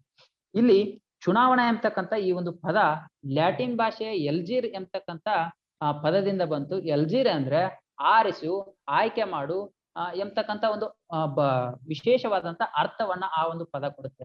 ಹಾಗಾಗಿ ಆ ಒಂದು ಮೂಲದಿಂದ ಇವತ್ತು ಚುನಾವಣಾ ಎಂಬತಕ್ಕಂಥದ್ದು ಬಂದಿದೆ ಎಂಬತಕ್ಕಂಥದ್ದನ್ನು ನಾವಿಲ್ಲಿ ಹೇಳ್ಬೋದು. ಅದೇ ರೀತಿ ಮುಖ್ಯವಾದಂತ ಗಮನಿಸಬೇಕಾದಂತ ಅಂಶಗಳಂತೇನೆ ಅದರಲ್ಲಿ ಇರ್ತಕ್ಕಂಥ ಪ್ರಮುಖ ವಿಧಾನಗಳು, ಯಾವ್ಯಾವ ವಿಧಾನಗಳ ಮೂಲಕ ಯಾವ ಅಂಶಗಳನ್ನ ಯಾವ ಸಂದರ್ಭಗಳಲ್ಲಿ ಅಳವಡಿಸ್ಕೊಳ್ತಾರೆ ಅಂತಕ್ಕಂಥದ್ದನ್ನ ತಿಳಿದುಕೊಳ್ಳುವುದು ಬಹುಮುಖ್ಯವಾದಂತ ವಿಚಾರ ಎಂಬುದು ನನ್ನ ಅಭಿಪ್ರಾಯ. ಇಲ್ಲಿ ನೀವು ಗಮನಿಸಬಹುದು, ಸಾರ್ವತ್ರಿಕ ವಯಸ್ಕ ಮತದಾನ ಪದ್ಧತಿ ಎಂಬುದನ್ನು ನಮ್ಮ ಭಾರತದ ಇವತ್ತು ಇರ್ತಕ್ಕಂಥ ಚುನಾವಣಾ ವ್ಯವಸ್ಥೆಯಲ್ಲಿ ಅಳವಡಿಸಿಕೊಳ್ಳಲಾಗಿದೆ. ಏನು ಈ ಸಾರ್ವತ್ರಿಕ ವಯಸ್ಕ ಮತದಾನ ಪದ್ಧತಿ ಅಂದ್ರೆ ಯಾರು 18 ವರ್ಷದ, ಈಗಾಗಲೇ ಮೃತ್ಯುಂಜಯ ಅವರು ಹೇಳಿದ್ರು, 18 ವರ್ಷದ ಎಲ್ಲ ಯುವಕ ಯುವತಿಯರಿಗೆ ಅಥವಾ ಯಾರು ಅರ್ಹರಿರ್ತಾರೆ ಎಲ್ಲರಿಗೂ ಕೂಡ ಮತದಾನದ ಹಕ್ಕನ್ನು ನೀಡಬೇಕಂತಂದು. ಅದು ಯಾವುದೇ ರೀತಿಯಾದಂತ ಲಿಂಗ ಆಧಾರಿತವಾಗಿ, ಜಾತಿ ಆಧಾರಿತವಾಗಿ, ಧರ್ಮ ಆಧಾರಿತವಾಗಿ ನೀಡದೆ ಅದನ್ನ ಹೊರತುಪಡಿಸಿ ಸಾಮಾಜಿಕವಾಗಿ, ಆರ್ಥಿಕವಾಗಿ ಭೇದ ಭಾವ ಮಾಡಿದೆ ಎಲ್ಲರಿಗೂ ಕೂಡ ಒಂದು ಮುಕ್ತ ವ್ಯವಸ್ಥೆಯನ್ನ, ತಮಗೆ ಬೇಕಾದಂತ ಪ್ರತಿನಿಧಿಗಳನ್ನ ಆಯ್ಕೆ ಮಾಡಿಕೊಳ್ಳಲು ಇರ್ತಕ್ಕಂಥ ಒಂದು ವ್ಯವಸ್ಥೆ ಯಾವ್ದಂದ್ರೆ ಈ ಸಾರ್ವತ್ರಿಕ ವಯಸ್ಕ ಮತದಾನ ಪದ್ಧತಿ ಎಂಬುದನ್ನ ನಾವಿಲ್ಲಿ ನೋಡ್ಬೋದು. ಇದು ಒಂದು ಕಡೆ ಆದ್ರೆ, ಇನ್ನೊಂದು ಸಾರ್ವತ್ರಿಕ ಚುನಾವಣೆ ಅಥವಾ ಮಹಾ ಚುನಾವಣೆ ಅಂತ ಕರಿತೇವೆ. ಅಂದ್ರೆ ಯಾರು ಅಭ್ಯರ್ಥಿಗಳನ್ನ ಆಯ್ಕೆ ಮಾಡಲು ಪ್ರಜೆಗಳ ಅರ್ಹರಿರ್ತಾರೋ ಅಥವಾ ಯಾರು ವಯಸ್ಸಿಗೆ ಅನುಗುಣವಾಗಿ ಆ ಚುನಾವಣೆಯನ್ನ ನಡೆಸಲು ಅರ್ಹರಿರ್ತಾರೋ ಅವರು ಶಾಸನ ಸಭೆಗಳಿಗೆ ಜನಪ್ರತಿನಿಧಿಗಳನ್ನ ಆರಿಸಲು ದೇಶದ ಎಲ್ಲ ಮತದಾರರು ನಿಯತಕಾಲಿಕವಾಗಿ ಒಂದೇ ಸಮಯದಲ್ಲಿ ನಡೆಯುವ ಚುನಾವಣೆಯಲ್ಲಿ ಪಾಲ್ಗೊಳ್ಳುವುದನ್ನ ನಾವೇನಂತ ಕರಿತೇವೆ ಅಂದ್ರೆ ಸಾರ್ವತ್ರಿಕ ಚುನಾವಣೆ ಎಂಬುದನ್ನ ನಾವಿಲ್ಲಿ ಕರಿತೇವೆ. ಅದೇ ರೀತಿ ಇನ್ನೊಂದು ಬಹುಮುಖ್ಯವಾದಂತಹ ಅಂಶ ಏನಂದ್ರೆ ಮರು ಚುನಾವಣೆ ಅಂತ ನಡೆಸ್ತಾರೆ. ಯಾವಾಗ ಈ ಮರು ಚುನಾವಣೆಯನ್ನು ನಡೆಸ್ತಾರೆ ಅಂದ್ರೆ ಯಾವಾಗ ಸಾರ್ವತ್ರಿಕ ಚುನಾವಣೆಯ ಸಂದರ್ಭದಲ್ಲಿ ಅಕ್ರಮ ಮತ್ತು ಅವ್ಯವಹಾರಗಳು ನಡೀತೇವೆ. ಅಂದ್ರೆ ಅದು ಯಾವುದೇ ರೀತಿಯಾದಂತ ಹಲ್ಲೆ ಇರ್ಬೋದು ಅಥವಾ ಮತಪೆಟ್ಟಿಗೆ ಅಪಹರಣ ಆಗಿರ್ಬೋದು, ಅಲ್ಲಿ ಇರ್ತಕ್ಕಂತ ಕೆಲಸ ಮಾಡಲು ಹೋದಂತ ಸಿಬ್ಬಂದಿಗಳಿಗೆ ತೊಂದರೆ ಕೊಡುವುದಾಗಿರ್ಬೋದು, ಈ ರೀತಿಯಾದಂತ ವ್ಯವಸ್ಥೆ ಅಥವಾ ಈ ರೀತಿಯಾದಂತ ದೌರ್ಜನ್ಯಗಳು ಯಾವಾಗ ಆ ಒಂದು ಪ್ರದೇಶದಲ್ಲಿ ಯಾವ ಎಲೆಕ್ಷನ್ ನಡೀತಲ್ಲ ಅಂತ ಪ್ರದೇಶದಲ್ಲಿ ನಡೀತೋ ಆವಾಗ ಅವುಗಳನ್ನ ರದ್ದುಪಡಿಸಿ ಮತ್ತೊಮ್ಮೆ ಎಲೆಕ್ಷನ್ ಅನ್ನ ನಡೆಸುವುದನ್ನ ನಾವ್ ಏನಂತ ಕರಿತೇವೆ ಅಂದ್ರೆ ಮರು ಚುನಾವಣೆ ಅಂತ ಕರಿತೇವೆ. ಅದೇ ರೀತಿ ಉಪ ಚುನಾವಣೆ ಅಂತಕ್ಕಂಥದ್ದನ್ನ ಮಾಡ್ತಾರೆ. ಉಪ ಚುನಾವಣೆ ಅಂದ್ರೆ ಏನಂದ್ರೆ ಒಂದು ನಿರ್ದಿಷ್ಟ ಕ್ಷೇತ್ರದೊಳಗಡೆ ಯಾರಾದ್ರೂ ಇರ್ತಕ್ಕಂಥ ಅಭ್ಯರ್ಥಿ ರಾಜೀನಾಮೆಯನ್ನು ನೀಡಿದ್ರೆ, ಯಾವುದೋ ಒಂದು ವ್ಯವಹಾರದಲ್ಲಿ ಸಿಕ್ಕು ಅಥವಾ ರಾಜೀನಾಮೆಯನ್ನ ನೀಡಿದ್ರೆ, ಅಥವಾ ಆ ವ್ಯಕ್ತಿ ಮರಣವನ್ನ ಹೊಂದಿದ್ರೆ, ಅಥವಾ ಆ ಒಂದು ಸರ್ಕಾರ, ಅವರ ಒಂದು ಸರ್ಕಾರ ಪತನಗೊಂಡ್ರೆ ಅವನ ಸ್ಥಾನ ಆ ಜಾಗದಲ್ಲಿ ಖಾಲಿ ಆದ್ರೆ ಅವಾಗ ಆ ಒಂದು ಸ್ಥಾನದಲ್ಲಿ ನಡೆಸ್ತಕ್ಕಂತ ಒಂದು ಎಲೆಕ್ಷನ್ ಅನ್ನ ನಾವ್ ಏನಂತ ಕರಿಬಹುದು ಅಂದ್ರೆ ಉಪ ಚುನಾವಣೆ ಅಂತ ಕರಿತೀವಿ. ಅದೇ ರೀತಿ ಮತ್ತೊಂದು ಪ್ರಮುಖವಾದಂತ ಚುನಾವಣೆಯನ್ನ ನಡೆಸ್ತಾರೆ, ಯಾವ ಅಂದ್ರೆ ಮಧ್ಯಂತರ ಚುನಾವಣೆ ಅಂತ ನಡೆಸ್ತಾರೆ. ಏನು ಮಧ್ಯಂತರ ಚುನಾವಣೆ ಅಂದ್ರೆ ಯಾವಾಗ ಒಂದು ನಿರ್ದಿಷ್ಟ ಅವಧಿಗೆ ಆಯ್ಕೆಯಾದಂತ ಸರ್ಕಾರ ಇರುತ್ತೋ ಆ ಸರ್ಕಾರ ಆಡಳಿತವನ್ನ ನಡೆಸುವಲ್ಲಿ ವೈಫಲ್ಯವನ್ನ ಹೊಂದಿತ್ತು ಅಥವಾ ಶಾಸನ ಸಭೆಗಳಲ್ಲಿ ತಮ್ಮ ಒಂದು ಸದಸ್ಯರ ವಿಶ್ವಾಸ ಗೊತ್ತುವಳಿಯನ್ನ ಪಡಿಸಲು ಸಾಧ್ಯವಾಗುವುದಿಲ್ಲ, ಅಂತ ಸಂದರ್ಭದಲ್ಲಿ ಆ ಒಂದು ಸರ್ಕಾರ ಆ ಕೆಳಸದನವನ್ನ ವಿಸರ್ಜಿಸುತ್ತೆ. ಅಂತ ಒಂದು ಸಂದರ್ಭದಲ್ಲಿ ಮತ್ತೊಮ್ಮೆ 6 ತಿಂಗಳ ಒಳಗಾಗಿ ನಡೆಯುವಂತ ಚುನಾವಣೆಯನ್ನ ನಾವೇನಂತ ಹೇಳ್ತೇವೆ ಮಧ್ಯಂತರ ಚುನಾವಣೆ ಅಂತ ಕರಿತೀವಿ. ಈ ರೀತಿಯಾದಂತ ಹಲವಾರು ವಿಧಾನಗಳನ್ನ ಆಯಾ ಸಂದರ್ಭಕ್ಕೆ ತಕ್ಕಂತೆ ಇವತ್ತು ಚುನಾವಣಾ ಆಯೋಗ ನಡೆಸಲು ಒಳಗೊಂಡಿದೆ ಅಂತಂದು ನಾವಿಲ್ಲಿ ಹೇಳ್ಬೋದು ಸರ್. ಓಕೆ ಓಕೆ ಗುರುಶಾಂತ್ ಅವರು ಬಹಳಷ್ಟು ಸ್ಪಷ್ಟವಾಗಿ ಈ ಒಂದು ಚುನಾವಣೆ ವ್ಯವಸ್ಥೆ ಕುರಿತು ಅವರು ತಮ್ಮದೇ ಆದಂತ ಒಂದು ಅಭಿಪ್ರಾಯಗಳನ್ನು ನಮ್ಮೊಂದಿಗೆ ಹಂಚಿಕೊಂಡ್ರು. ಅವರು ಹೇಳೋ ಉದ್ದೇಶ ಇಷ್ಟೇ, ಈ ಚುನಾವಣೆಗಳು ಪ್ರಜಾಪ್ರಭುತ್ವದ ಜೀವಾಳವಾಗಿದ್ದು ಈ ಒಂದು ಚುನಾವಣೆಯಲ್ಲಿ ಎಲ್ಲಾ ಜನರು ಮುಕ್ತವಾಗಿ ಭಾಗವಹಿಸಿ ತಮ್ಮ ಒಂದು ಹಕ್ಕನ್ನು ಚಲಾಯಿಸಬೇಕು, ಆ ಮೂಲಕ ಚುನಾವಣಾ ಸುಧಾರಣೆಗೆ ತಾವು ಕೂಡ ಕೈ ಜೋಡಿಸಬೇಕು ಎಂಬುದು ಅವರ ಒಂದು ಮಾತಿನ ಒಕ್ಕೊರಲಾಗಿದೆ. ಹೌದು, ಇದು ಒಪ್ಪಿಕೊಳ್ಳಬೇಕಂತ ವಿಚಾರ. ಜೊತೆಗೆ ತಾವು ಹೇಳ್ತಾ ಇದ್ರಿ ಉಪಚುನಾವಣೆ ಬಗ್ಗೆ, ಮಧ್ಯಂತರ ಚುನಾವಣೆ ಬಗ್ಗೆ. ಪ್ರಜಾಪ್ರತಿನಿಧಿ ಕಾಯ್ದೆ 1950 ಅಂತೇಳಿ ಒಂದು ಕಾಯ್ದೆ ರಚನೆ ಮಾಡಿದ್ರು ಕೇಂದ್ರ ಸರ್ಕಾರ. ಅಲ್ಲಿ ಒಂದು ಆ ಕಾಯ್ದೆಯಲ್ಲಿ ಸ್ಪಷ್ಟವಾಗಿ ಹೇಳಿದೆ ಏನಂತ, ಒಬ್ಬ ಅಭ್ಯರ್ಥಿಯು 2ಕ್ಕಿಂತ ಹೆಚ್ಚಿನ ಕ್ಷೇತ್ರದಲ್ಲಿ ಸ್ಪರ್ಧಿಸುವಂತಿಲ್ಲ. ಒಬ್ಬ ಅಭ್ಯರ್ಥಿಯು 2ಕ್ಕಿಂತ ಹೆಚ್ಚಿನ ಕ್ಷೇತ್ರದಲ್ಲಿ ಸ್ಪರ್ಧಿಸುವಂತಿಲ್ಲ. ಪ್ರಜಾಪ್ರತಿನಿಧಿ ಕಾಯ್ದೆ 1950ರಲ್ಲಿ ಸ್ಪಷ್ಟವಾಗಿ ಚುನಾವಣಾ ಆಯೋಗ ಹೇಳಿದೆ.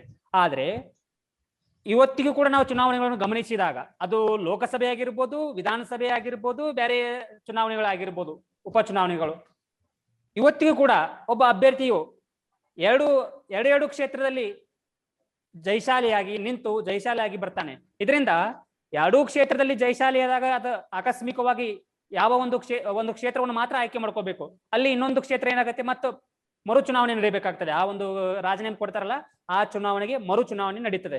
ಇದರಿಂದ ಸಂಪನ್ಮೂಲಗಳ ಕೊರತೆ ಆಗುತ್ತೆ, ಮತ್ತೆ ಇನ್ನೊಬ್ಬ ಅಭ್ಯರ್ಥಿಗೆ ಅವಕಾಶವನ್ನು ತಪ್ಪಿಸಿದಂಗಾಗುತ್ತದೆ. ನಮ್ಮ ಚುನಾವಣಾ ಆಯೋಗಕ್ಕೆ ಮತ್ತಷ್ಟೊಂದು ವರ್ಕ್ಲೋಡ್ ಆಗುತ್ತೆ. ಇಂಥ ಹಲವಾರು ಸಮಸ್ಯೆಗಳು ಉದ್ಭವ ಆಗ್ತದೆ. ಯಾಕಂದ್ರೆ ನಮ್ಮ ಪ್ರಜಾಪ್ರತಿನಿಧಿ ಕಾಯ್ದೆ ಉಲ್ಲಂಘನೆ ಮಾಡ್ದಂಗತಿ. ಇಷ್ಟೆಲ್ಲಾ ಕಾಯ್ದೆ ರೂಪಿಸುವುದು ಕೂಡ ಯಾಕೆ ನಮ್ಮ ಜನಪ್ರತಿನಿಧಿಗಳಾಗ್ಲಿ ಅಥವಾ ನಮ್ಮ ಚುನಾವಣಾ ಆಯೋಗ ಆ ಒಂದು ನಿಟ್ಟಿನಲ್ಲಿ ಇನ್ನೂ ಕಟ್ಟುನಿಟ್ಟಿನಾದ ಒಂದು ಕ್ರಮವನ್ನು ಕೈಗೊಳ್ತಾ ಇಲ್ಲ? ಸೋಮಶೇಖರ್ ಅವರೇ. ಖಂಡಿತ ಸರ್, ಇಲ್ಲಿ ನೈತಿಕತೆಯ ವಿಚಾರವನ್ನು ನಾವು ಎತ್ತಬಹುದು. ಈ ಪ್ರಶ್ನೆಗಳು ಬಂದಾಗ ಒಂದು ರೀತಿಯಲ್ಲಿ ಒಂದು ರಾಷ್ಟ್ರ ಒಂದು ಚುನಾವಣೆ ಅನ್ನುವಂಥದ್ದು ಆರ್ಥಿಕವಾಗಿಯೂ ಸಾಮಾಜಿಕವಾಗಿಯೂ ಮತ್ತು ಸಂಪನ್ಮೂಲಗಳ ದೃಷ್ಟಿಯಿಂದ ನಾವು ಇದರ ಹತ್ರ ಗಮನವನ್ನ ಹರಿಸಿದಾಗ ಈ ಒಂದು ನೀತಿ ಅತ್ಯಂತ ಸರಿಯಾಗಿದೆ ಅಂತ ನಮಗನ್ಸುತ್ತೆ. ಆದರೆ ಇನ್ನೊಂದು ದೃಷ್ಟಿಕೋನದಲ್ಲಿ ನೋಡಿದಾಗ ಮತದಾರನ ಮುಕ್ತತೆ ಮತ್ತು ಪ್ರಜಾಪ್ರಭುತ್ವದ ಆಶಯಗಳ ದೃಷ್ಟಿಯಿಂದ ನಾವು ಇದನ್ನ ನೋಡ್ತಾ ಹೋದಾಗ ಇಲ್ಲೇನೋ ಲೋಪದೋಷಗಳಿದೆ ಎನ್ನುವಂತಹ ಪ್ರಶ್ನೆ ನಮಗೆ ಉದ್ಭವಿಸ್ಲಿಕ್ಕೆ ಆರಂಭ ಆಗ್ತದೆ ಸರ್. ನೋಡ್ತಾ ಹೋದ್ರೆ ಇತ್ತೀಚಿನ ದಿನಗಳಲ್ಲಿ ದೇಶದ ಹಿತದೃಷ್ಟಿಯಿಂದ ಮತದಾನ ಅನ್ನುವಂಥದ್ದು ಸರ್ವಶ್ರೇಷ್ಠವಾದ ಹಕ್ಕು. ಅದು ಒಂದು ರೀತಿ ಬಂದೂಕು ಇದ್ದ ಹಾಗೆ. ತಮಗೆ ಇಷ್ಟ ಇಲ್ಲದವರನ್ನ ಯಾರಾದರೂ ಪ್ರಜಾತಂತ್ರ ವ್ಯವಸ್ಥೆಯಲ್ಲಿ ಒಬ್ಬ ಸಾಮಾನ್ಯ ವ್ಯಕ್ತಿ ಅತ್ಯಂತ ಪ್ರಬಲವಾದ ಒಂದು ವರ್ಗಕ್ಕೆ ಏನಾದರೂ ಉತ್ತರವನ್ನು ಕೊಡ್ಬೇಕಾಗಿದ್ರೆ ಅವನಿಗೆ ಇರುವಂತಹ ಏಕೈಕ ಅವಕಾಶ ಮತದಾನ. ಆದ್ರೆ ಇವತ್ತು ಅದು ತಾತ್ಸಾರದ ಹಾದಿ ಹಿಡಿದಿರುವಂತದ್ದು ಅತ್ಯಂತ ದುರದೃಷ್ಟಕರ. ನಾವು ಈ ಒಂದು ಹಿನ್ನೆಲೆಯನ್ನ ಮತ್ತು ವಾಸ್ತವಾಂಶವನ್ನ ನಾವು ಗಮನದಲ್ಲಿ ಇಟ್ಟುಕೊಂಡು ನೋಡ್ತಾ ಹೋದ್ರೆ ಒಂದು ಚುನಾವಣೆ ಒಂದು ರಾಷ್ಟ್ರ ಒಂದೇ ಸಮಯದಲ್ಲಿ ನಡೆದಂಥದ್ದು ಸ್ವಾತಂತ್ರ್ಯದ ನಂತರ ಭಾರತದಲ್ಲಿ ನಡೆದೇ ಇಲ್ಲ ಅಂತ ಇಲ್ಲ. 1952ರಿಂದ 1967ರವರೆಗೆ ಲೋಕಸಭೆ ಮತ್ತು ರಾಜ್ಯಸಭೆ ಚುನಾವಣೆಗಳು ಏಕಕಾಲದಲ್ಲಿ ನಡೆದವು. ತದನಂತರ ಇಲ್ಲಿ ಆದಂತಹ ಕೆಲವು ಬದಲಾವಣೆಗಳು, ರಾಜಕೀಯ ಬದಲಾವಣೆಗಳನ್ನ ನಾವು ಗಮನಿಸ್ತಾ ಹೋದ್ರೆ 1962ರಿಂದ 67ರಲ್ಲಿ ಕೆಲವು ರಾಜ್ಯಸಭೆಗಳು ಅವಧಿ ಪೂರ್ವವಾಗಿ ವಿಸರ್ಜನೆಗೊಂಡವು. 1970ರಲ್ಲಿ ಲೋಕಸಭೆಯು 4ನೇ ಲೋಕಸಭೆ ಅವಧಿ ಪೂರ್ವವಾಗಿ ವಿಸರ್ಜನೆಗೊಳ್ಳಿತು. ಇನ್ನು 75ರಿಂದ 77ರ ಸಂದರ್ಭದಲ್ಲಿ ಕಾಂಗ್ರೆಸ್ ತುರ್ತು ಪರಿಸ್ಥಿತಿಯನ್ನ ಹೇರಿತು. ಇಂದಿರಾ ಗಾಂಧಿ ಅವರ ಆಡಳಿತದ ಸಂದರ್ಭದಲ್ಲಿ ಅಲ್ಲಿ ಕಾಂಗ್ರೆಸ್ಸೇತರ ಸರ್ಕಾರಗಳನ್ನ ವಜಾಗೊಳಿಸುವಂತಹ, ಅಂದ್ರೆ 356ನೇ ವಿಧಿಯ ಪ್ರಕಾರ ಅದನ್ನ ದುರ್ಬಳಕೆ ಮಾಡಿಕೊಂಡು ಕಾಂಗ್ರೆಸ್ಸೇತರ ಸರ್ಕಾರಗಳನ್ನ ವಜಾಗೊಳಿಸುವಂತಹ ಕೆಲಸವನ್ನ ಮಾಡಿತ್ತು.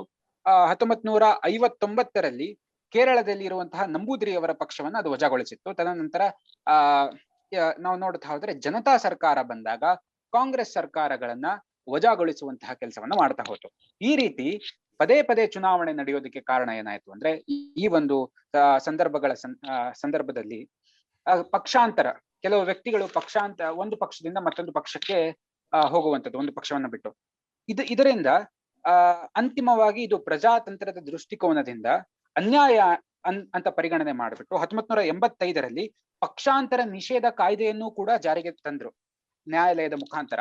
ಆದರೂ ಕೂಡ ಇತ್ತೀಚಿನ ರಾಜಕೀಯ ಬೆಳವಣಿಗೆನ ನಾವು ಗಮನಿಸ್ತಾ ಹೋದ್ರೆ ನುರಿತ ಕಾನೂನು ತಜ್ಞರ ಮೂಲಕ ಪಕ್ಷಗಳಿಗೆ ತಮ್ಮ ಚಾಕಚಕ್ಯತೆಯನ್ನ ಬಳಸಿಕೊಂಡು ಅವರ ತಜ್ಞರ ಸಹಾಯದಿಂದ ಪಕ್ಷಾಂತರವನ್ನ ಇವತ್ತಿಗೂ ಕೂಡ ಮುಂದುವರಿಸಿಕೊಂಡು ಬಂದಿರುವಂತದ್ದನ್ನ ನೀವೆಲ್ಲ ಗಮನಿಸ್ತಾ ಇದ್ದೀವಿ ಸರ್.